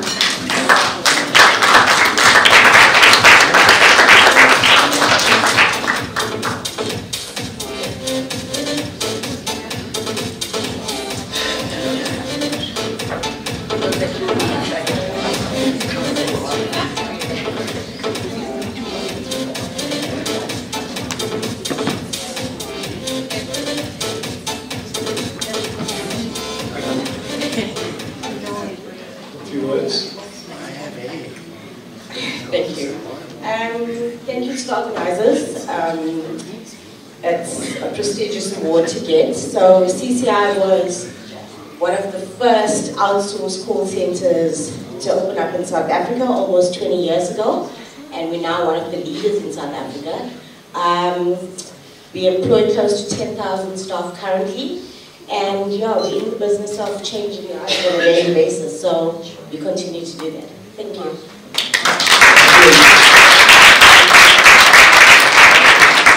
We have the time now to felicitate the top HR leaders of South Africa. First we have on the list is Loyolo Geza, Chairperson and CEO of HR Nephew.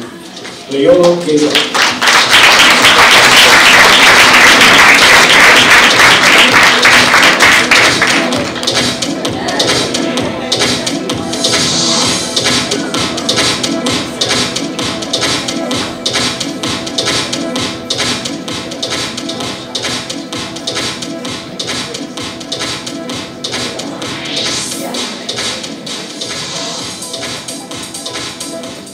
Just be on stage, Loyola. We'll have a few more HR leaders coming up on stage.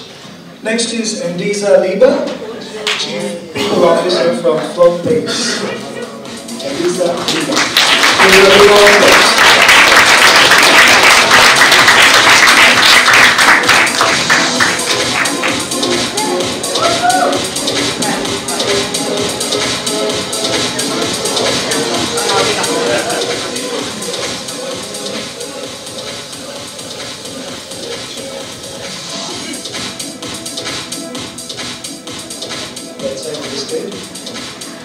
Next is Claudia Zefatsa, Head of People and from Eco Service Provider.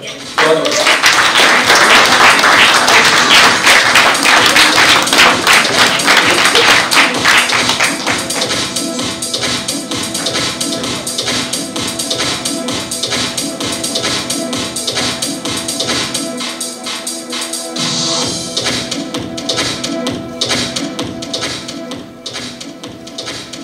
Next is Dr. Zoliswa Tetse, Group HR Director from Murray and Dixon Construction Group.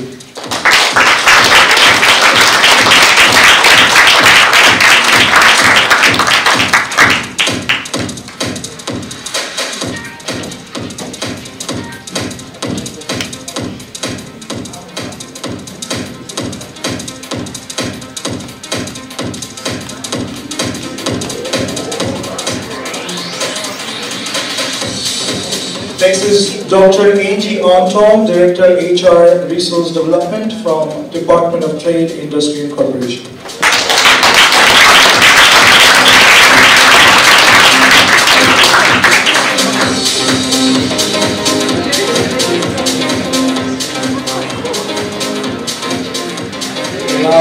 let's squeeze in for a group picture, and then we'll have a soundbite from starting from Elisa.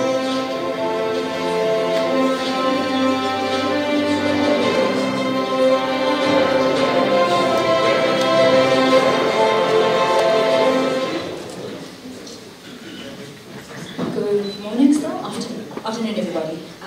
It's a great honor to accept this award. I don't take lightly the responsibility placed upon us as HR professionals.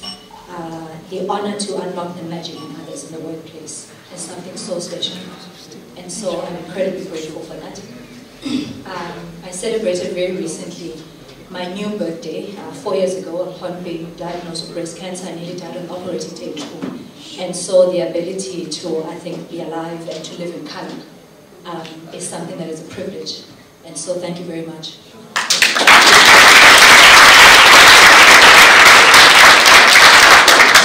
I just want to thank everyone, especially the organizers here for this opportunity. My purpose is to always unlock and the potential of individuals and to continuously enhance the heartbeat of every single organization that I'm part of. So thank you very much.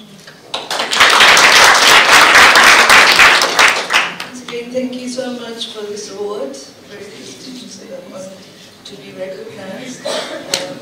And I believe that people are our biggest assets, and I hope that that we will be able to create a conducive environment both in our families and at work. Thank you.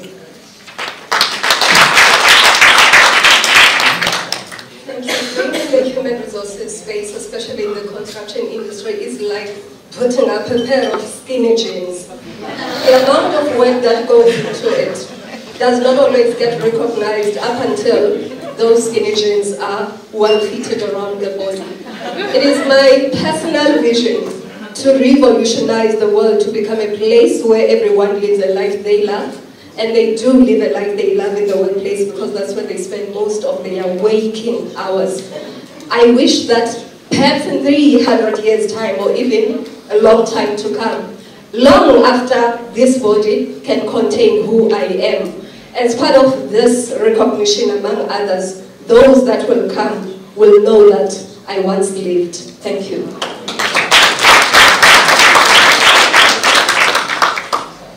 Thank you so much for the award. I was not really expecting it, but really appreciate.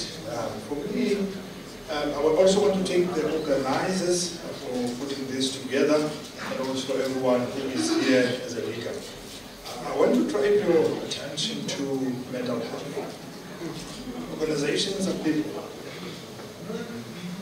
Whoever is driving an organization is a person. So we need to think about the mental health of our employees, our staff, our leaders. If you look at the stats of the World Organization, it's very worrying to see that people are depressed, that we have issues, and these are the people that are driving the economy, that leading organizations. So as leaders, we've got responsibility to ensure that we take care of the change. Thank you so much. Thank you, everyone. Thank you. Well, the next winner I have in the list is Hemant Nagarajol from CCI South Africa.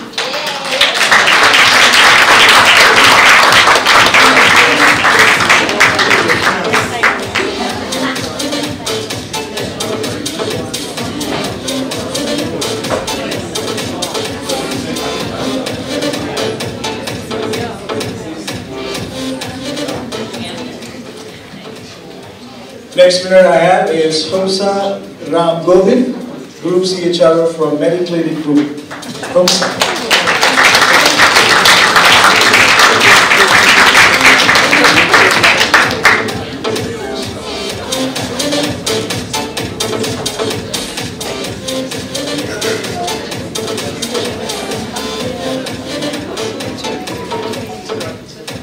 Next winner I have is Olive Choke, HR Director from Growth Point Properties. Olive Choke.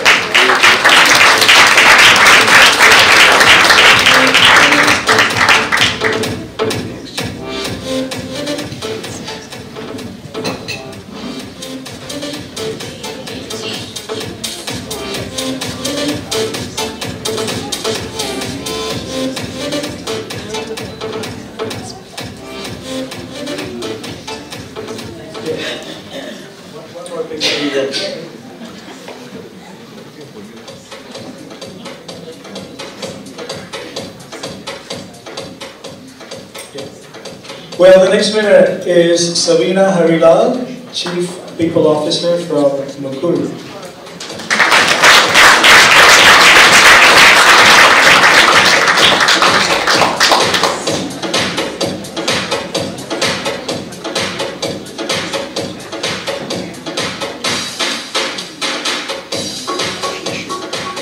Let's select for a group picture now.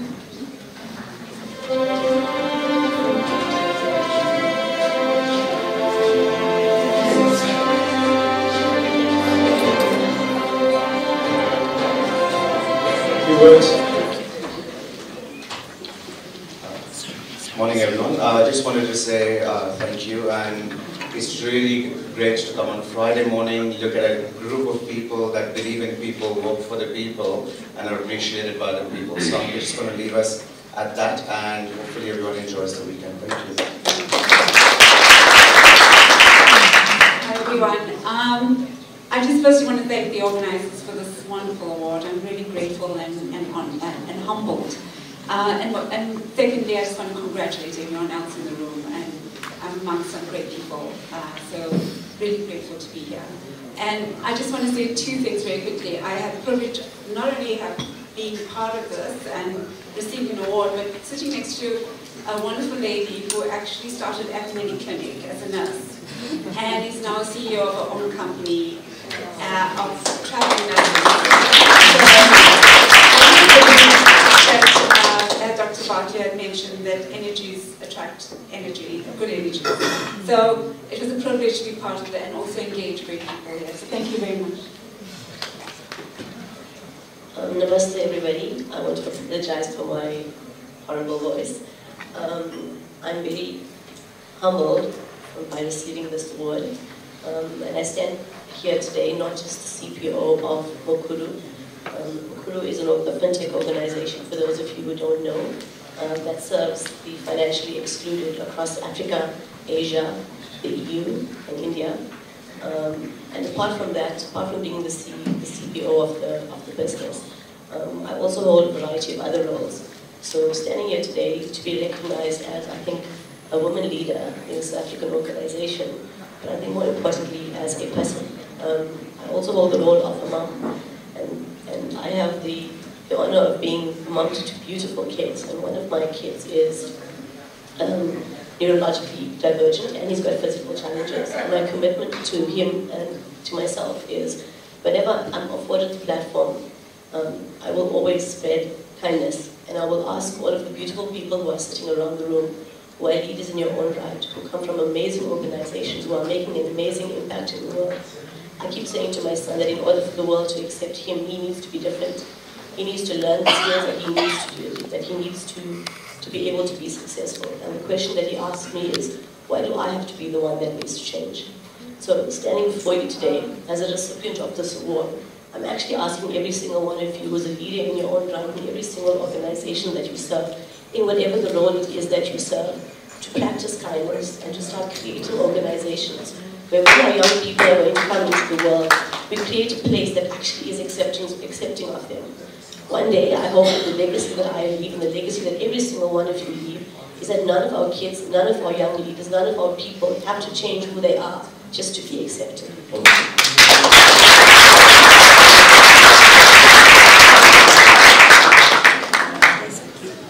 Thank you so much to the organizers. Thank you so much to fellow colleagues in HR. It is an honor to receive this award.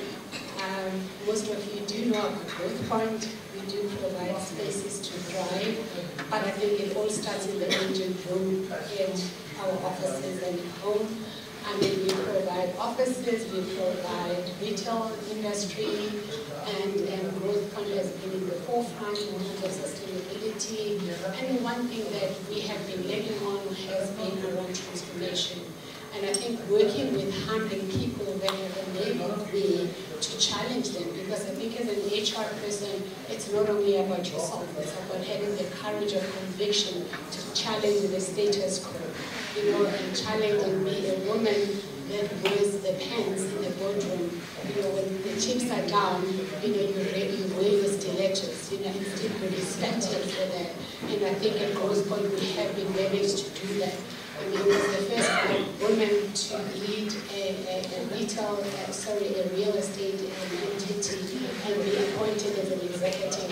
It is humbling, and I'm very, very pleased that you are recognizing this moment, and it is humbling. And also to thank my team, because without them, you know, somebody spoke, Dr. spoke about HR being like a skinny jean, and I fully agree with that, because you never know about HR until things go wrong. During COVID, companies were shutting down, companies were cutting out, and Growthpoint was one of the companies where the executives didn't take any increases. And it's because of their team's effort, where we said we need to give it to wage belows. Our people are more deserving. All I'm saying is that let's put the H in human resources and not in human remains. Thank you so much. Congratulations. Moving on to the next winner is, I don't know whether I can pronounce this name, but I will try. It's name Segan Maripong is the next winner. Name Nemet Segan Maripong. I think she's not here. Dr. Zain Donovan Radier, Global CHRO from ISOF Experiences. Dr. Zain Donovan. He's not here either. This is for the most influential coaching leaders. We have Vikash Manik, founder of OE Coach. Vikash Manik.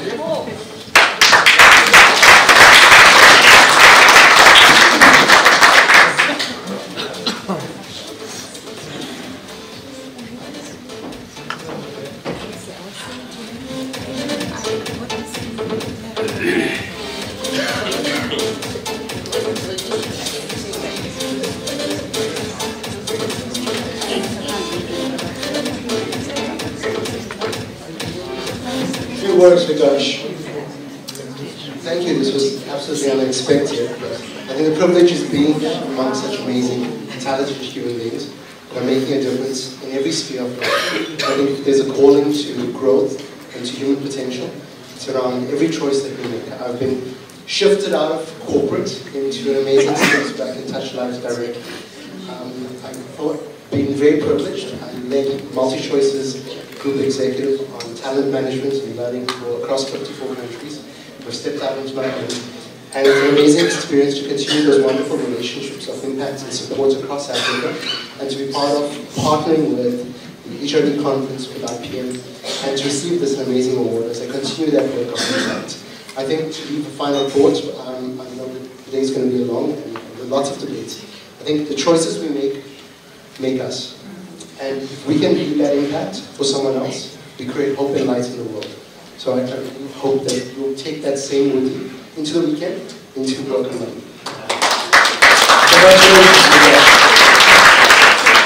Well, the next one is for the most sustainable CEO award, goes to Francois Showman, Chief Executive Officer from Zimbabwe Estate Management Association.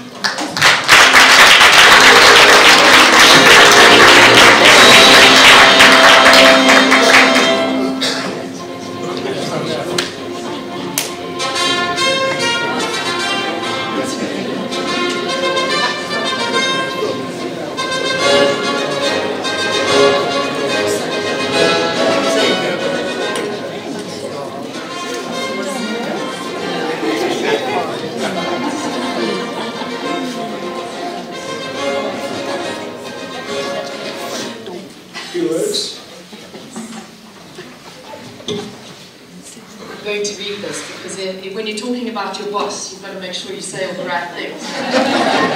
So unfortunately, Francois was unable to join us today. He's attending a board meeting. But he's a seasoned property management professional with over 20 years experience, and I can comfortably say an inspiring leader of our business. He's served as CEO for Zimbabwe Estate now for the past year, but in his career has overseen a portfolio with over 40 billion rand.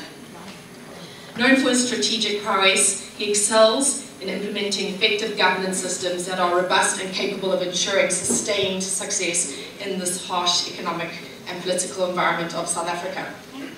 Francois has garnered accolades in business leadership and is recognized for his roles in restructuring and developing viable business models.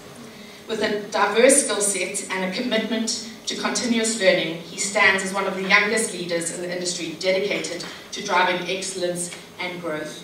I'm proud to accept this award on his behalf. Thank you.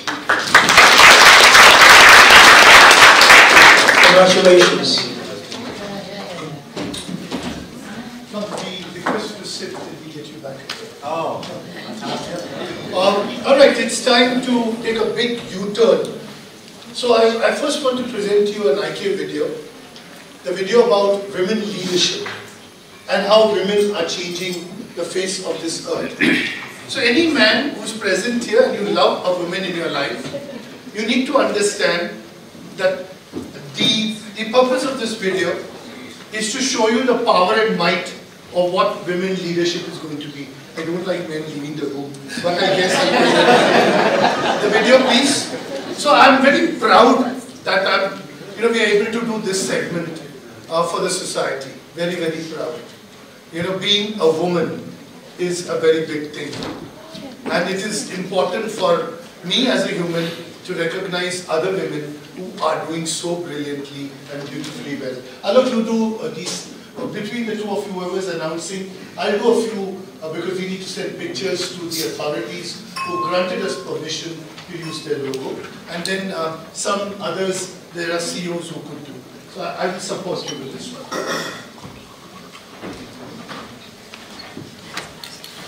Alright, these are the women leaders from South Africa. First we have in the list is Avril Williamson, Chief Executive Officer and founder of the People Practice.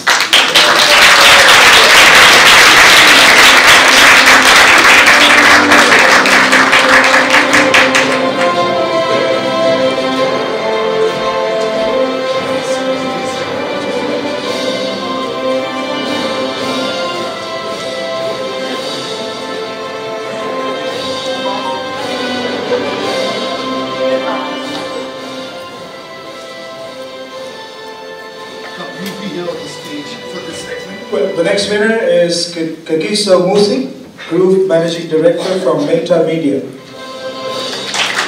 Kagiso Musi. Next is Queen Moko Noto, Chief Executive Officer of United Way, South Africa.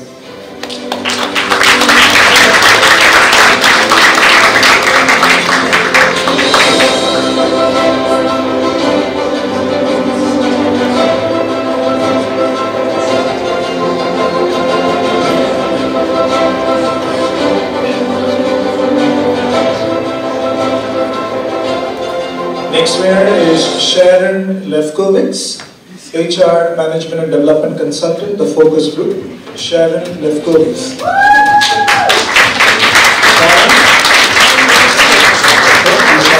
She's not here? Next is Igimotso Molobi, Independent Consultant.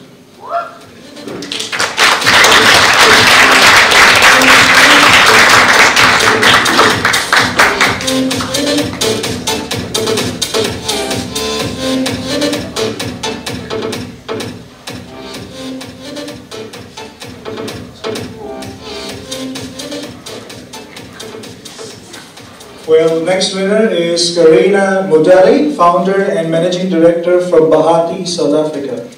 Karina.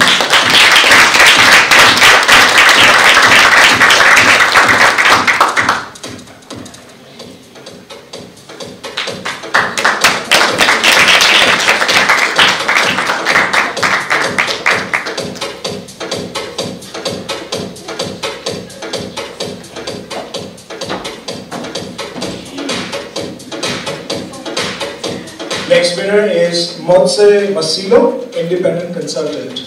Motse Masilo.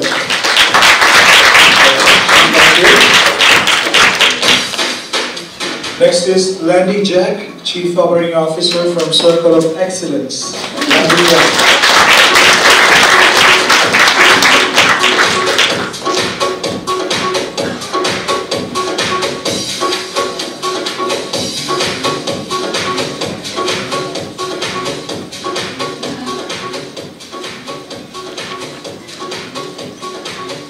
Let's align for a group picture together. Two more.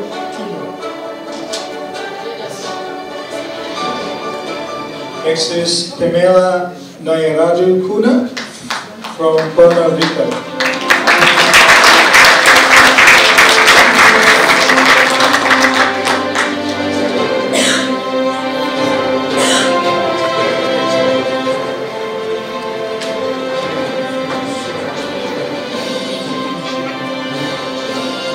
Next winner is Charlene Rotary Drive, Chief Procurement Officer from Tiger Brands. Charlene.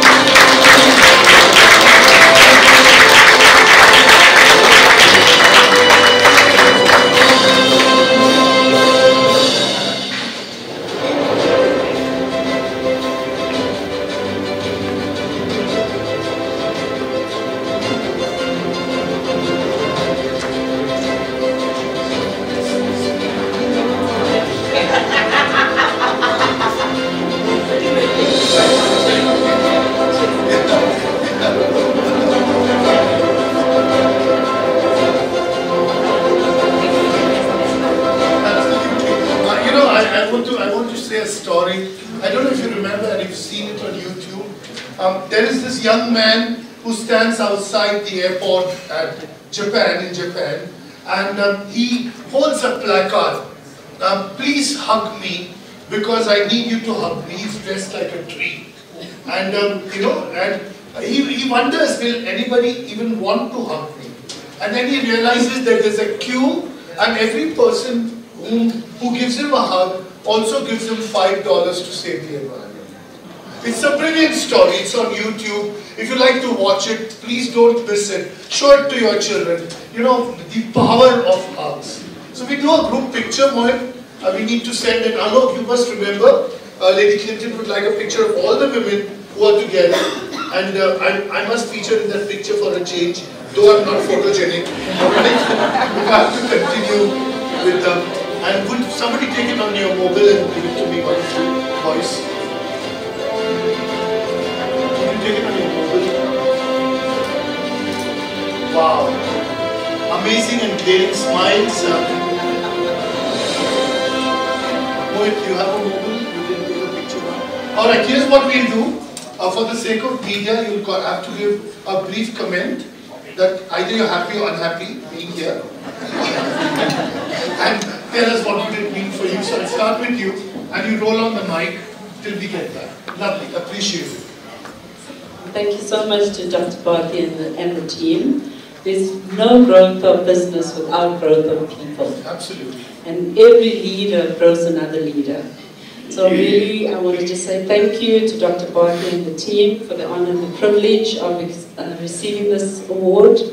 And I also just wanted to also thank all the people that I have led previously in my life. It's really been a privilege and an honor to have led them, and through that process I've learned to love, live, learn, and to leave a legacy. So thank you very much. Thank you so much for the opportunity as well as being here. I don't know whether I'm lucky or fortunate because she is my leader. She has led me in so many organizations. So thank you so much, Avril. I am Queen Mukonodo, working for the organization called United Way. Our mission is to really make the best in people's life, in education, health, as well as creating income. Thank you so much for the opportunity. Thank you so much to the doctor and to the organizers. It's really, really humbling being amongst such great human beings. I'm truly, truly honored. And I think it's also a moment of reflection, a reflective moment in the sense that we grow when we give of ourselves to others with no limitations. Thank you. Good afternoon, everyone. I'm Pamela Nkuna. I'm the Corporate Affairs Director for Africa, Middle East at a company called Pernod Ricard. I'm not sure most of you know the name of my company, but if I mention my products like Jameson, Shivers, relate to the story. So I have to tell you a very quick story. When I got the invite, I thought it was a scam.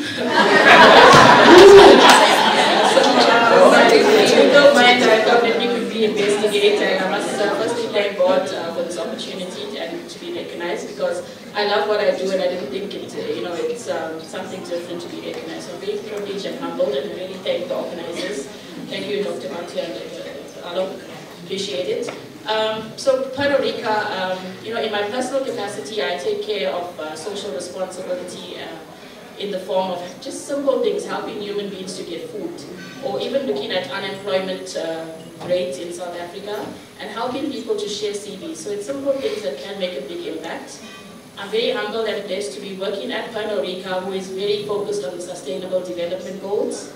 And being an alcohol-making company, we go deep into evidence-based programs in 4 pillars for sustainability and responsibility. It's nurturing terroir, which means taking care of our land, valuing people, which means taking care of humanity, circular making, as you all know, recycling, reuse, respect, and so forth, and responsible hosting. So although we make alcohol, I even go on the road doing road safety to encourage people not to abuse alcohol, and I help out with underage drinking. So very privileged to be recognized, and I think for me it's about teamwork, making the dream work, and I'm very grateful to my husband, family, and all of you here, so thank you, much appreciated. Thank you so very much. I didn't expect this. It's very humbling. The entire experience is so beautiful and humbling. And you're portraying real service and leadership, servant leadership. You're portraying it, and that's something we must all lead by. Because everyone that's sitting in the room today does have a leader in them. They need to find the purpose, look within yourself. You do it all the time. Running a business is not easy. It takes a lot. And it's really about drive, your purpose. You can wake up every day, but you have to enjoy what you do. And you need to have a purpose. You need to know why you're doing what you're doing. You need to get there. So never give up. I think one of the biggest things why, look at the most successful people today. The reason why they're so successful, they are ordinary people, like really ordinary. They just don't give up. They keep going, and they have very strong discipline, and they're very persistent. So these are some of the traits that people must have, wherever you are, in whatever role that you play as well, in the organization or running your own business. Thank you. Hi everyone, I'm Landi Jack. I'm the CEO of the Circle of Excellence Group. I just want to first say thank you so much to the man kneeling here in front of me, the love of my life. We do everything together, and they say behind every strong woman is an incredible man. But my darling, isn't it wonderful that we can do it standing next to each other? So me and Mike go all over the world, and we work with conscious leaders. We help them play a bigger game. In a typical year, we can be in 20 countries, developing leaders and speaking international. So it's an incredible honor for me to be here with all of you in the room today. You all leaders and winners in your own right. And thank you so much for the organizers. You are amazing. Our message to the world is to love the living daylight out of everyone, across borders, across cultures, across industries. And the more different they are from me, and the more different they are from you, to love them even harder. So thank you, and congratulations to all the winners. Thank you. I'm going to give a prize. When you say love of my life, I'm going to give in your honor, in absolute honor. I'm going to recite for her and a loved one a quote from Romeo and Juliet by William Shakespeare. And before she ends her life and they end their life, this is what they say to each other. For Romeo, I am in you, and for Juliet, you are in me. We are both so contained in each other that no one can ever separate us. Feel my breath as I feel yours. Hold my hand as I feel yours. And if you think we are in unison, God is going to witness one of the best deaths in this world. I love you.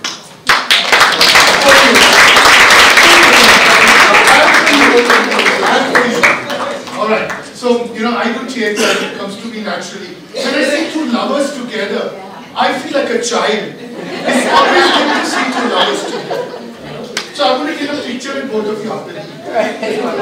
Yes, ma'am. Thank you for that lovely hug. I love you. Oh wow, what do I say after that speech? In fact, the line standing between this entire audience and that night's amazing food. But just, you know, just a few words for myself. You know, I have this little philosophy of one may say a mantra in life that, you know, I think we transcend from mere existence to meaningful life. Wow. When we actually find purpose Wow. in the voice. And I Wow. think when you actually evolve beyond that, it's also a question of surrounding yourself with people that are dedicated and committed to making a difference. So to everyone here, thank you so much for making a difference, and thank you for the honor and the humbleness of sharing this stage and room with you all. And more importantly, to my ambassadors, my champions, and my advocates, and some of them over there today. Oh, sweet. Thank you for being me. So everybody, thank you.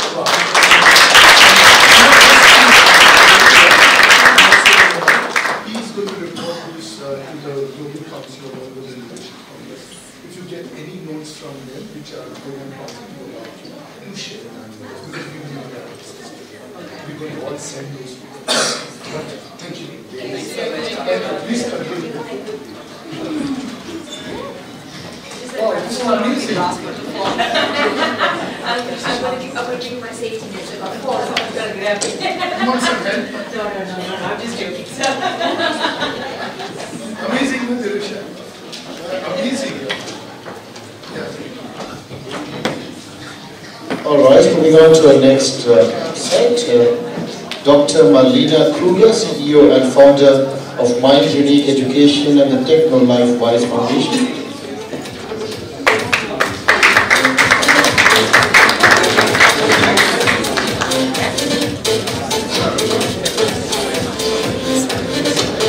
Father, what is usually congratulating me?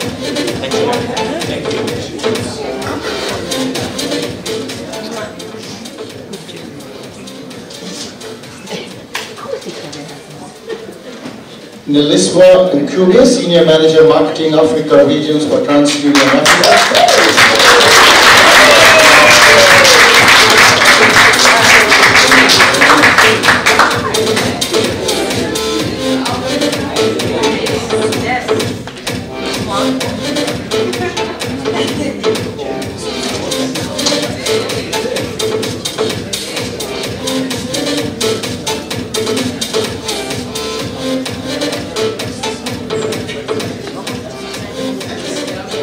Katutu Shelo Rapia, Director and Compliance Specialist of the Basadi Africa Compliance Solution Services.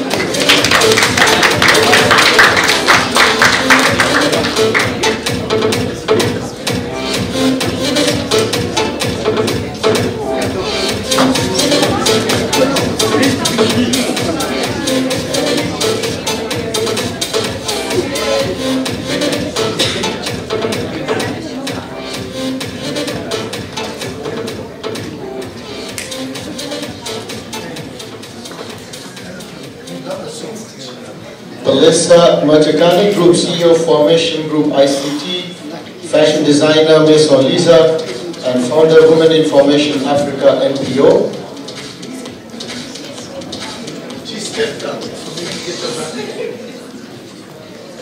Mosela Vivian Mafafi, Founder and President of the Queen Bee Entertainment Agency.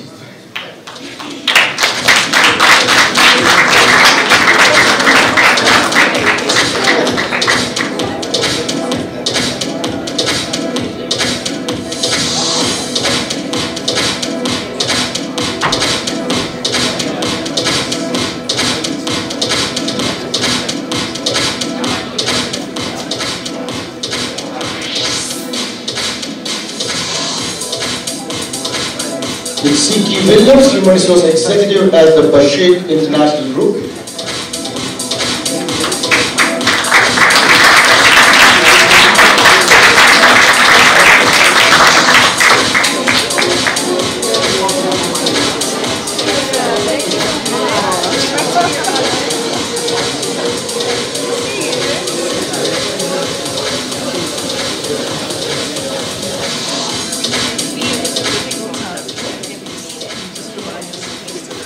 Velma Yazimla, Head of Group Corporate Affairs and the CMO at Asupol.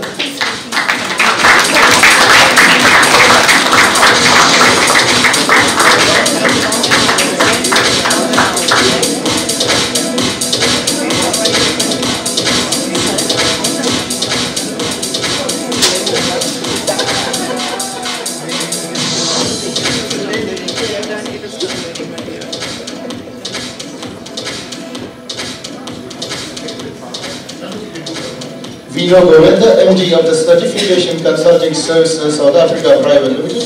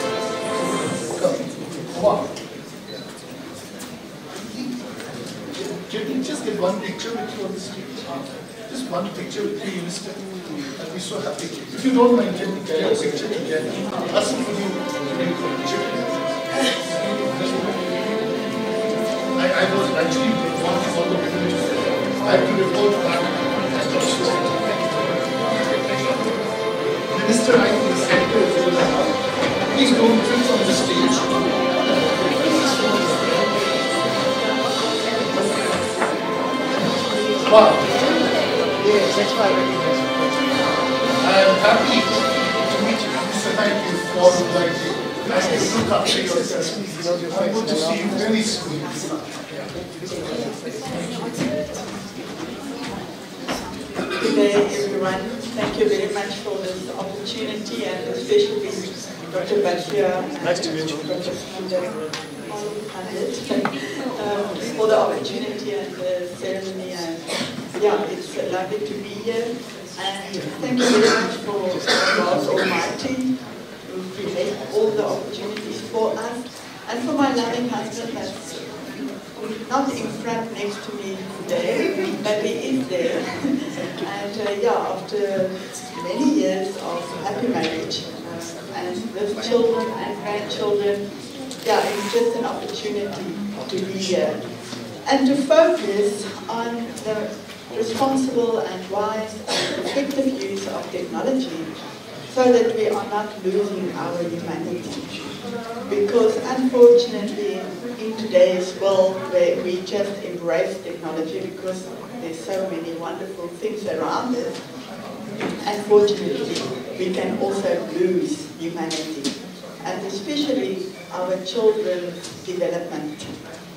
From cradle and babies with screens and toddlers with screens and primary children with screens, that's actually stealing them and stealing their development time. So from an international point of view, we are very excited with the Children's Declaration for the Digital Age, where they say that all children need to be free of addictive platforms like social media, video gaming and the internet. They must be free from EMF, hazardous radiation, as well as the exploitation of their private information and then getting into child and human trafficking, pornography, sexting, grooming, you name it. So that's part of our foundation's work, creating awareness, empowering parents and caregivers and educators, and wait until grade 8 to align with the social media platform saying no one younger than 13 or actually 14 years should have access to social media. And that should change our lives. That should make us stand up and stop abusing our children. Because if our children have screens in their hands, instead of engagement with you as a human being to create another human being and grow them together, you are actually abusing them. And therefore it's hard, we don't want to hear it necessarily, but I want to tell and ask you to please stand up, let us stand together, let us make a difference. We can turn the tide. We are aligned with the world to turn the tide. And therefore, from schools, from everyone, not throwing all technology out of window, but first make sure that we co-create and develop our precious children first and humanity, and then technology must only serve us and not master us.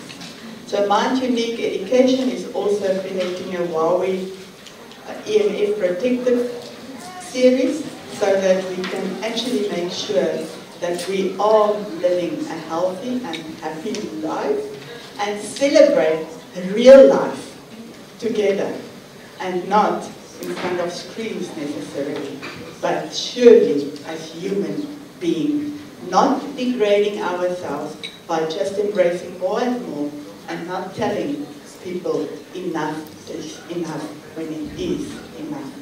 Thank you very much for this opportunity.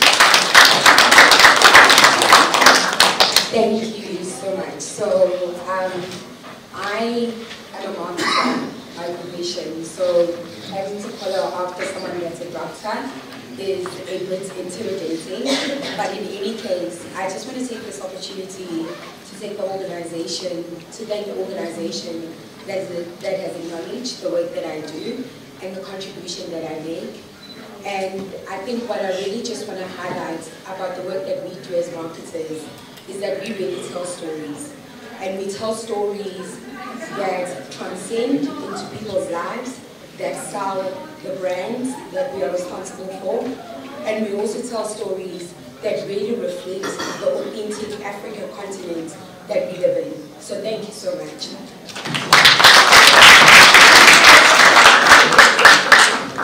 Thank you. I'm Katisha Rolapea. I'm the Director and Compliance Specialist for Vasari Africa's Compliance Solution Services. I'm a bit nervous.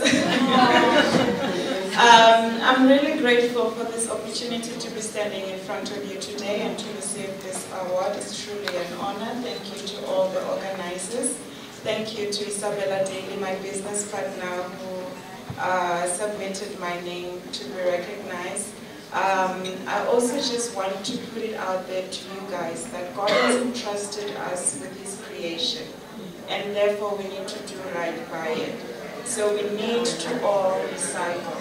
I saw one of my favorite quotes come up, I think in the video that I first saw. Be the change that you want the world to see. So basically, it starts in your own home. You don't have to go and open a recycling plant out there. Just start in your home, in your kitchen. Start separating the different types of waste and take it to where they need to go. Thank you. Good afternoon. My name is Palisa Mpavi. I'm from the Northern Cape Province, from the dusty streets of Warrington. Surely some of you don't know it, but today I'm here to put it on the map. I'm a director, I'm a writer, I'm an actress, I'm a producer, and I'm the founder of Drama Queens. Drama Queens is a movement that recruits and incubates a woman in the arts industry. The system, especially in the Northern Cape, has left us women subservient, leaving the arts industry male-dominated. That is why I came up with Drama Queens, where I'm giving the platform to all the talented females in the Northern Cape so that their talent can be honed and showcased. So this Drama Queens is a revolution. I believe in the revolution of females, and I believe that we are the revolution as females. If you can take a woman and put her there, she'll lead and she'll guide and she'll prosper. That's basically what I aspire to do, and the queens that I have, that's what we do. That's why we call ourselves the Drama Queens. We not only bring drama, but we bring in also entertainment, we also bring in success, we also bring in encouraging stories. To the Department of Sports, Arts and Culture, thank you for the opportunity. To Ms. Aleta Nketopem, thank you for the opportunity. To MEC Lorato Venus, MEC Desiree Venus, and the Premier of the Northern Cape, Dr. Zamani So, thank you for affording me this opportunity. And to the Drama Queens, you girls are well represented. Let's take this to the next level. Thank you.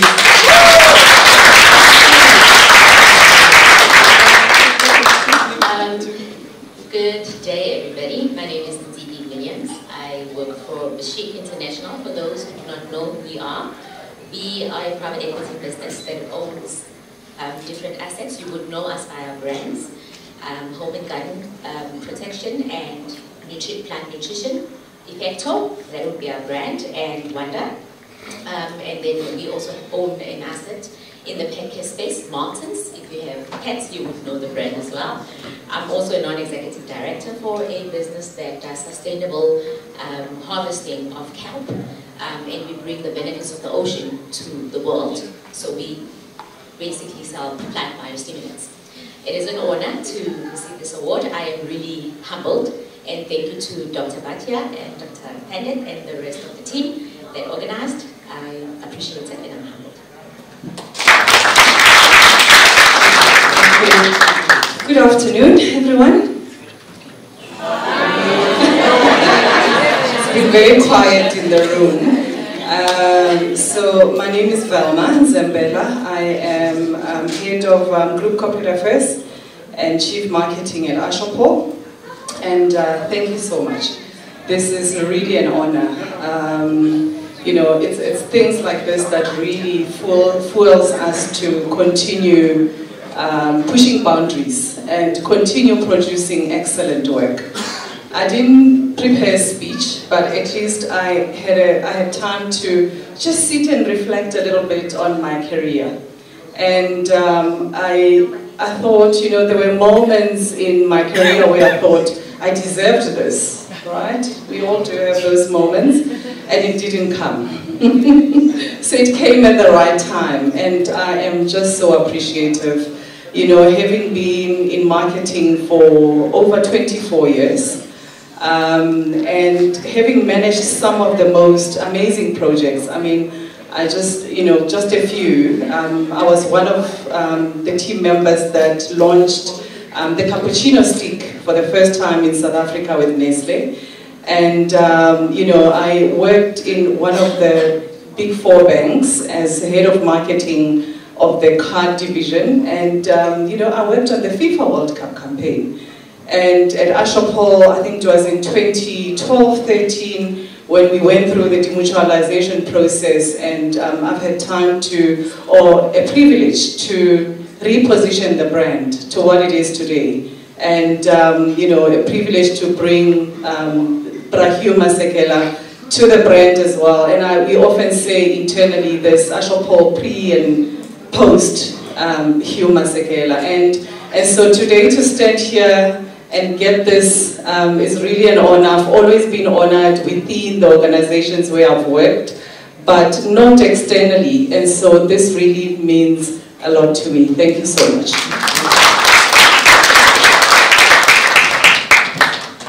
Good afternoon, ladies and gentlemen.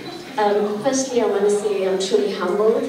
I'm Vino Govender, and I represent Vino Govender Group of Companies, which is a whole group of companies comprising of civil and structural engineering in the built environment. I have a compliance company, I have my own fashion line, and recently got into construction. So it's quite diverse, but we do what we do.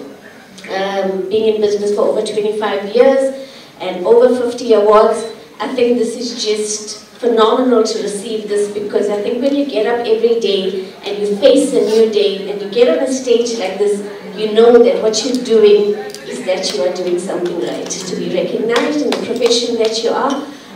So yes, thank you. Thank you to the team. Thank you for being persistent and getting us here.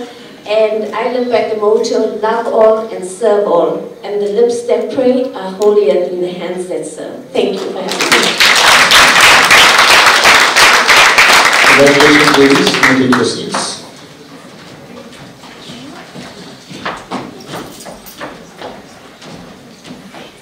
All right, we move on to the next category, the next set of women coming up. And to do these honors, I would like to invite first on stage Professor Parmi Nadesan, CEO of the Institute of Directors in South Africa.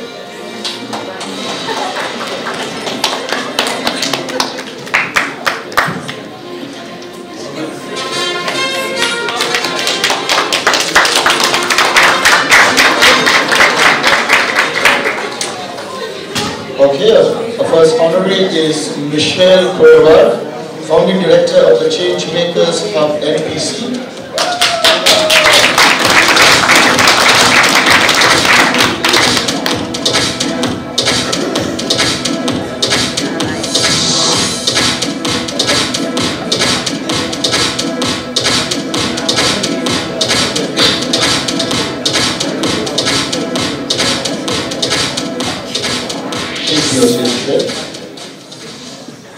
Joining you would be Janine Hill, CEO of the Janine Hills Authentic Leadership.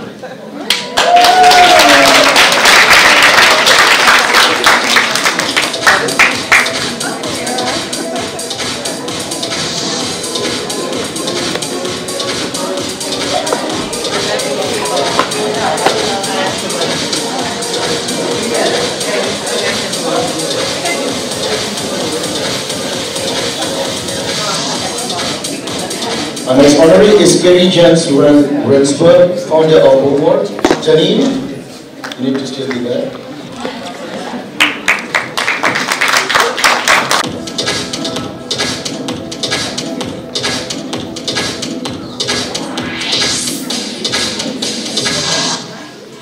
Okay, Palesa Machigani, Group CEO, Formation Group ICT, fashion designer of Miss Oliza and founder of Women Information Africa NPO.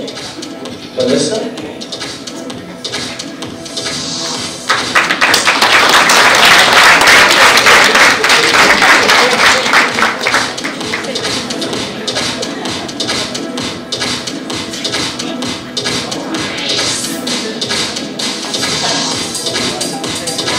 Alright, next honorary is Nicole Petit, CEO of the Africa Women Enterprises.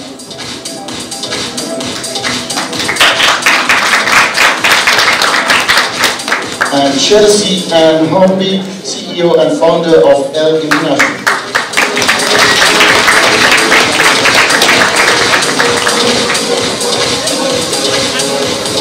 No, we just say on it.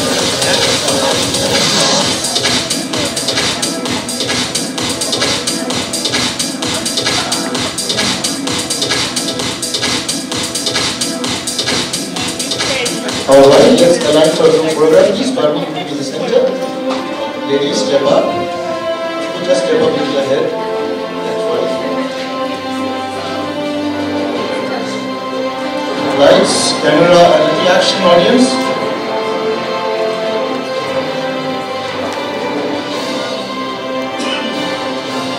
Okay, a few words, starting from you. So I think a lot of thanks are being given, but for me this authentic spirit of the host, recognizing all of us here today, has really filled my spirit. Starting with crying right in the beginning, thanks for that. Spoke about courage. I, post-COVID, took a leap of courage to start, to continue with my non-profit organization, and I left behind a good career in media. And courage is a word that has been something you need to hold on to because it's like starting from scratch. But essentially we're a non-profit organization that are passionate about sustainable development goals, and our mission is to ensure that we leave no man, woman or child behind when it comes to achieving those goals. At high level, in high level rooms like this, there's amazing projects, but a lot of them often won't reach the people right at the bottom, and that's our mission.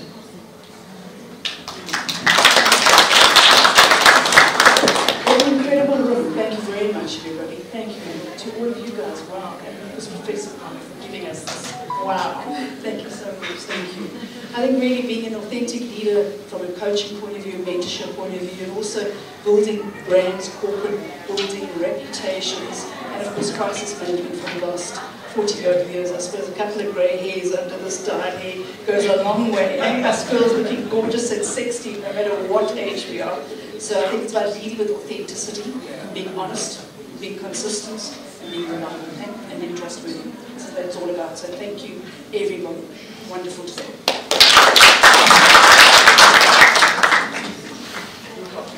Hi everybody.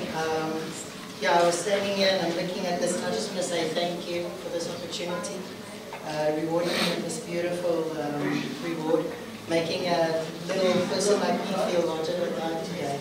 And I just want to thank you for that.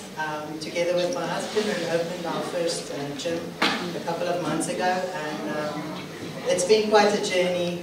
We love working with people, changing lives, creating fitter and healthier lifestyles. And one message I want to give to everyone here today is that we as women are different. Our sizes are different, our hair are different. And if we can teach each other to embrace those differences, we can be so much stronger together. Thank you very much.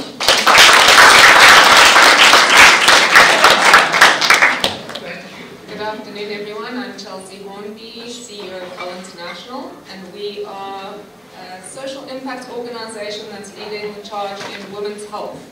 So we started in 2016 with the main aim of ending period poverty and empowering girls with knowledge about their bodies, equipping them with reusable menstrual hygiene products, and it has evolved into closing the women's health gap. And that means empowering women from everything from menopause straight back through to menstruation, both inside and out of the workplace. As women, we have to navigate many stages of our life and the hormonal challenges that go through that, having to wear the coat at the workplace and manage the household at home, and still having to manage the complexities around that. So we partner with organizations as a part of their ESG strategies, as a focus on environmental, sustainability, social, and we aim to empower women within the workplace as well as in the community. So there's a room full of HR directors and HR managers here. I know you've got your ESG strategies and your SED strategies, and this is an invitation to say if you would like to partner with us and empower women within your communities and also take care of the women at your workplace, ensuring that they are equipped and that they are prepared to navigate the complexities of perimenopause and menopause as we need to do. Yeah, reach out to us at All International. We'd love to be of assistance.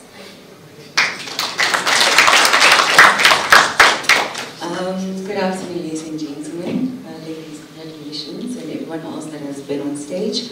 My name is Palesa Machekane. I'm a founder of Formation Group ICT. I'm a fashion designer, and I'm also a founder of Women in Formation Africa. And I'm a former Mrs. South Africa 2023.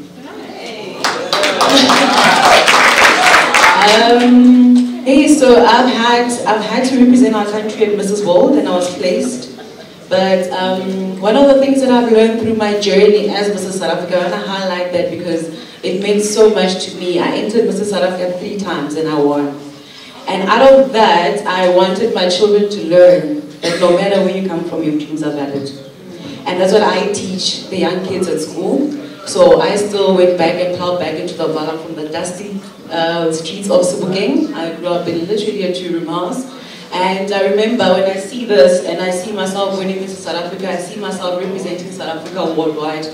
The one thing that I always do is I teach the young people that I mentor that no matter where you come from, your dreams are valid. So standing here, I'm going to take this to the Val where I come from, and I'm going to again say that no matter where you come from, your dreams are valid. And thank you so much for today.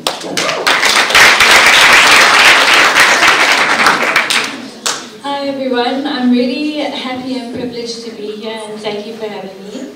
I'm the founder of Bowmore, which is a digital transformation consultancy business. I don't know who owns their own business here in the room, but you all know it's a very scary leap. The reason why I wanted to do it was to really concentrate on giving my all to each business that I assist and help. And by being within the business that I help, I can give my full attention to transforming them from their current state into the 21st century from a technology point of view. There's a lot of businesses out there that maybe don't have the right direction or strategy, and it ends up being, you know, quite catastrophic for their business. So I'm here, I started my business to really help South African businesses to make that transformation as easy as possible, less scary, and take away that resistance to change. Congratulations, ladies, for the listeners. Thank you, Parvi. Okay, a sincere request to all ladies who have received the South African Women Leaders Certificate. Please stay in this room. We will have a group photograph once we finish the ceremony. We have a few more awards to go. We have invited a few very personal friends here who just came on just an email which I sent to them. There were 3 of them who have come in. One obviously you met who was by me on stage, Parmi Natation. See, all 3 of them are my COVID friends. When we were down in COVID and we did an online event, these were the 3 women who received the South African Women Leaders online. And I really appreciate their gesture in being a part of this program and being here and seeing other fellow women leaders come up after a span of around 4 years that have come back to this wonderful Rainbow Nation. So a second honorary guest of honor I'd like to put up on stage is Ms. Noeline Kochen, CEO and founder of Pink Drive and MBTM.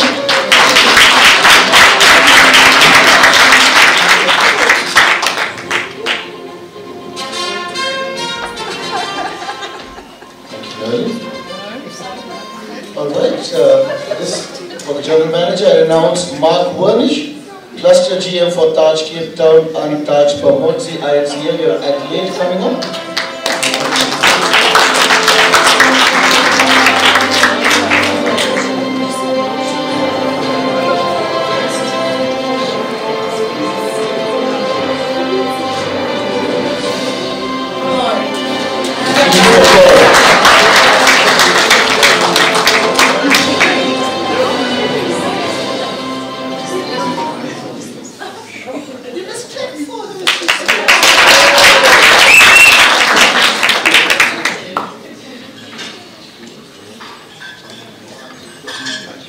Good afternoon, everyone.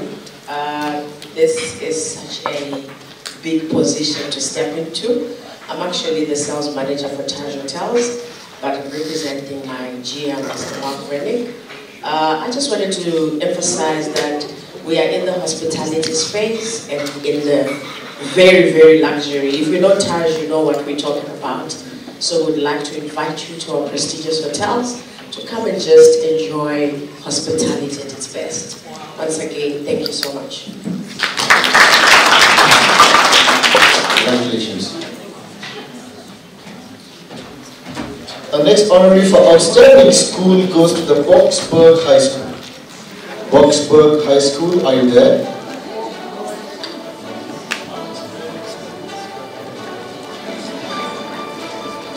Okay, for healthcare, it goes to Gama Major Cindy, Executive Director of the CRISPR Research Center.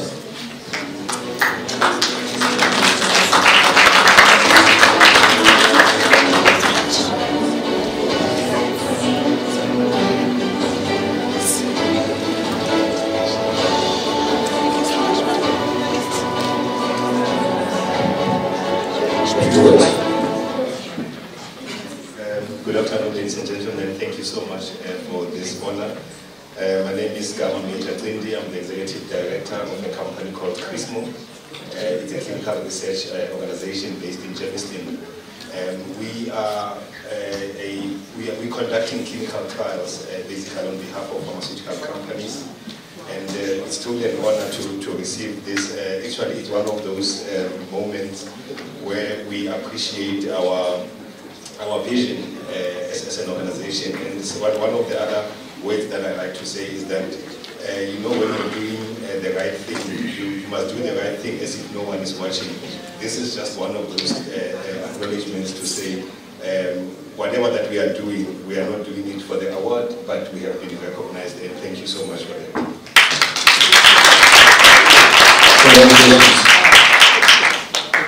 Alright, the next iconic healthcare leader is Lesego Clementine Fale, founder and CEO of Electronic South Africa.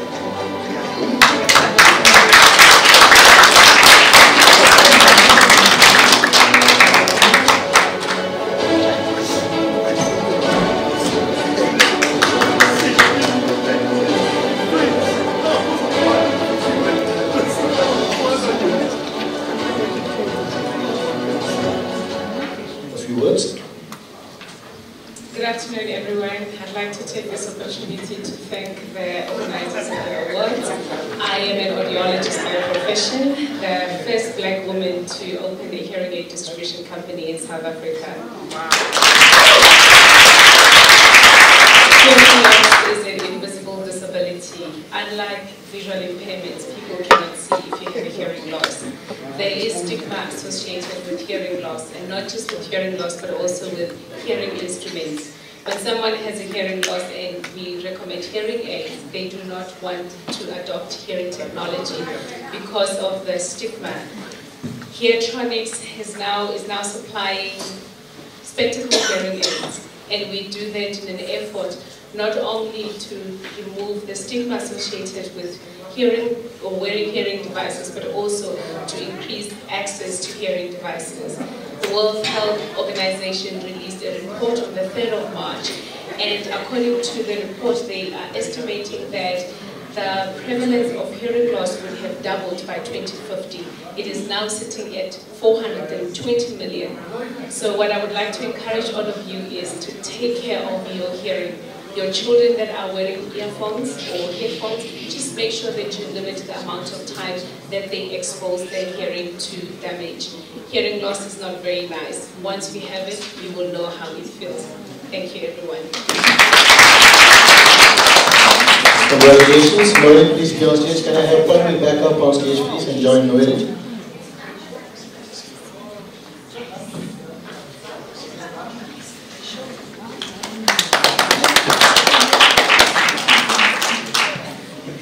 Okay, so all of you would not like to leave empty-handed. Everyone's got some gifts from us, and you have given us your time and invested almost half a day staying patiently and seeing others step out and see the large audience. We would like to thank them for their contribution to this wonderful night.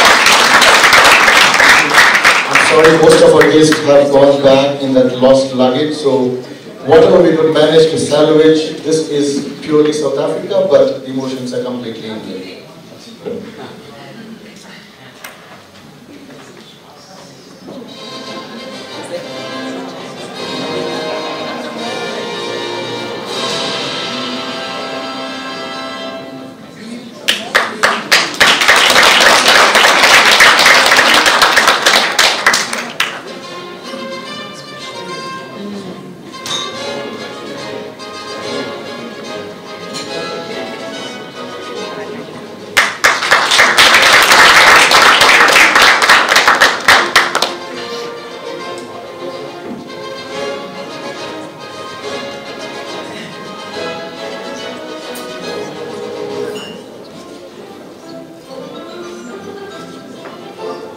Thank you so much, ladies.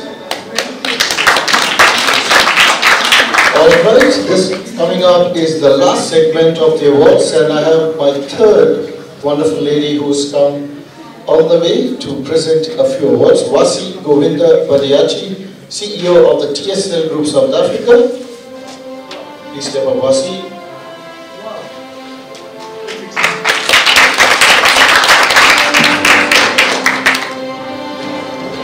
And also like to invite Sabelo Mayeni, the CEO of the Institute of People Management. So Wasi and Sabelo will be answering. Okay, I announced this earlier for Pat Marangu, CEO of the Lerato Agency. Pat. There you are.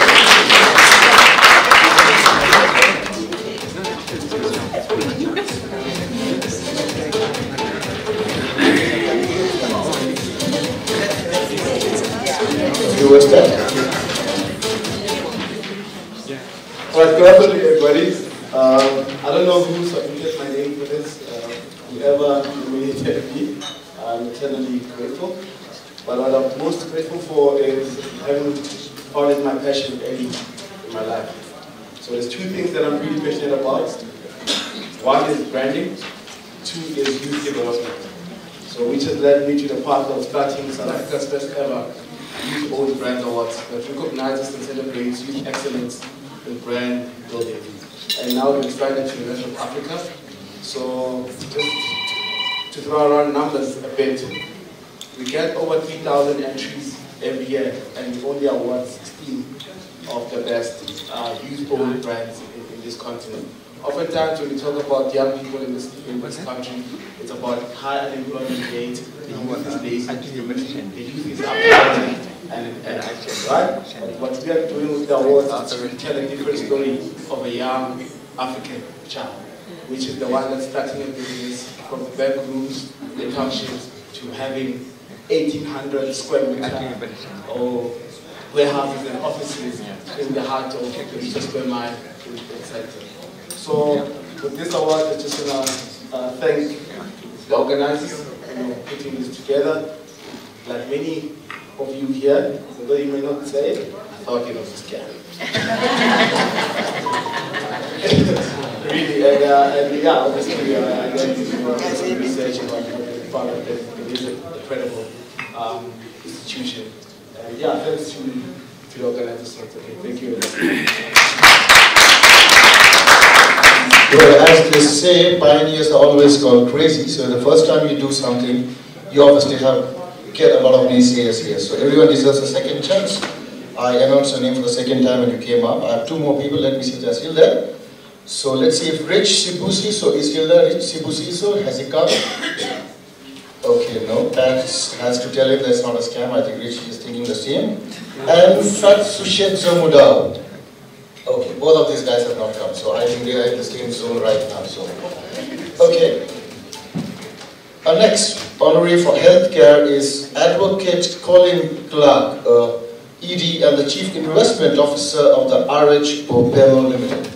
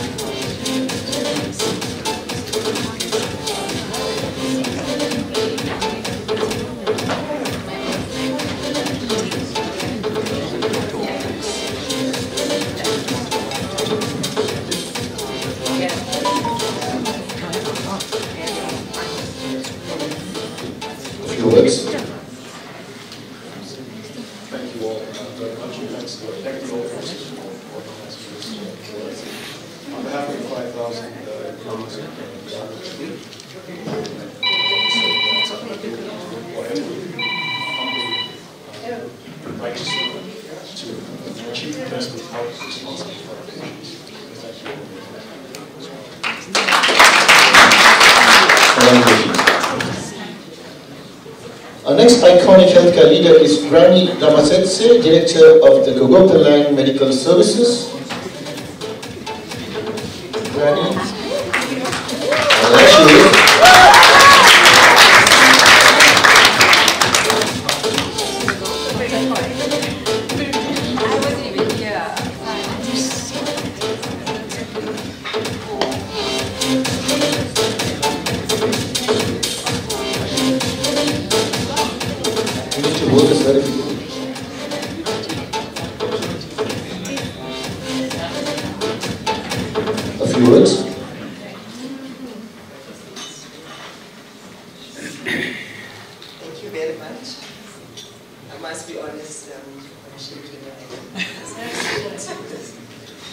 Thank you. I'd like to thank God first of all for this. I'm actually getting tearful for Messias, but thank you for this honor. Bopelo Medical Services, we actually work with nurses where we try to instill that passion amongst the nurses, but not only that, acknowledging them as nurses. And there was a big weight that came up today about love. I always say you can't give what you don't have. So we try to instill that amongst nurses so that when they go out there, then they can give that love because they would have received it. Thank you very much for all this. Congratulations once again. The next iconic healthcare leader is Christine Said, founder of the company Wellness Solutions. Christine Said.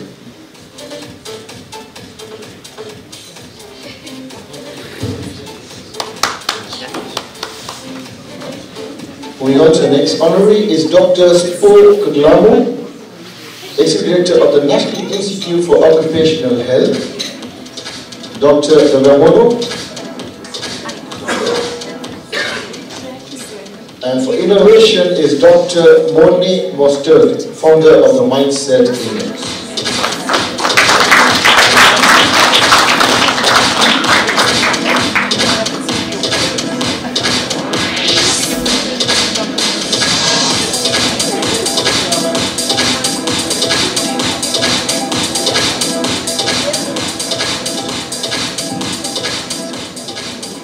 Dr. Morni.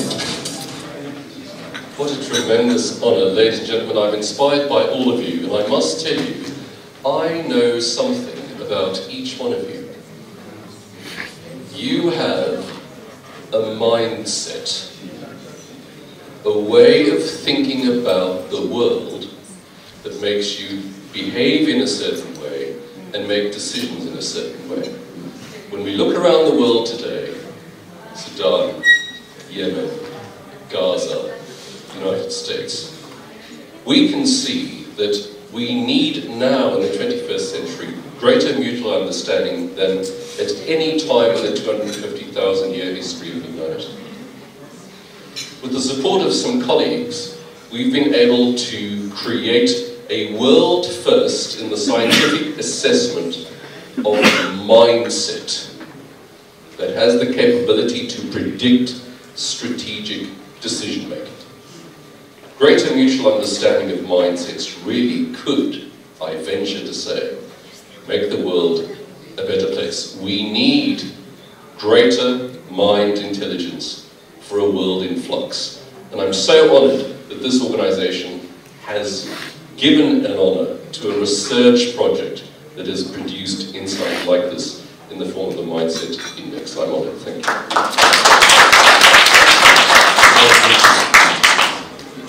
Our next innovation leader is Tasneem Mohammed, Innovation Director at Think Innovator at Smart Communities.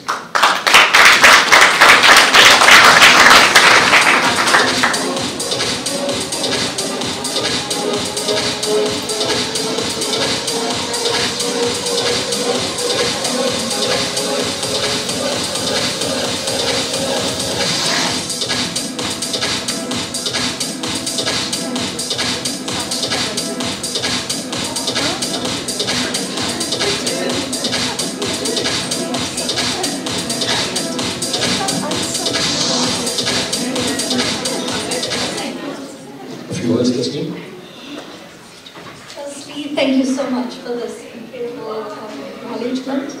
I was looking at one of the Nike videos earlier, and they spoke about the crazy ones. And I'm privileged to be one of those crazy ones that work with equally crazy innovators across the world, developing breakthrough innovations and really making a difference. So thank you to every single one of you. And never stop believing in the power of your dreams and the power of conscious creativity, which will make the world a better place. Thank you.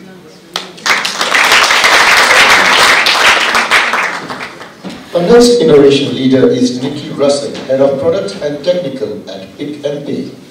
Nikki Russell.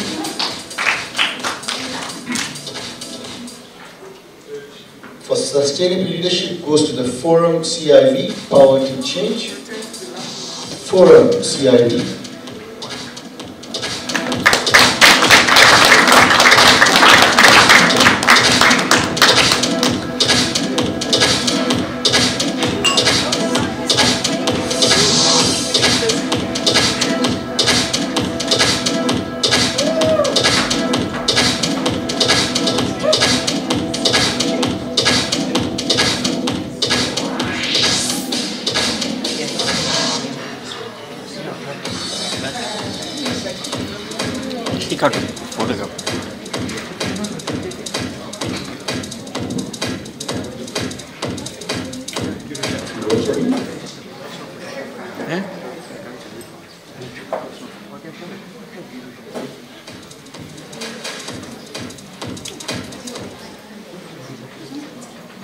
Good afternoon. At Forum C, we work to promote democracy, human rights, and climate justice. We work with civil society organizations. We're headquartered in Nairobi, Kenya. We work with some of the civil society organizations in this region, the Southern Africa region. I'm really honored to be here and to be recognized in this forum. And this serves to encourage us to continue doing what you're doing. Thank you so much.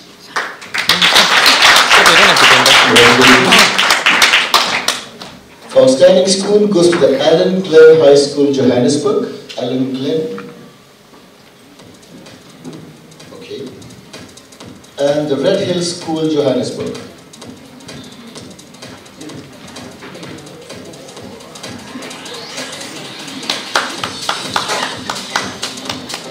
Wasi, for your contribution this morning.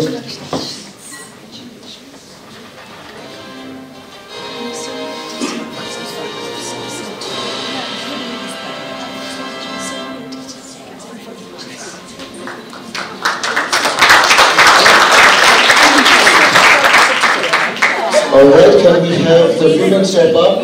Can we have even Noeline and Parsi step up along with the other women who are still there with their certificates? Well, I can see Jackie, I said as a group photograph. Alright, congratulations to all of you. And thank you so much for your support, most importantly, energy and enthusiasm this entire afternoon.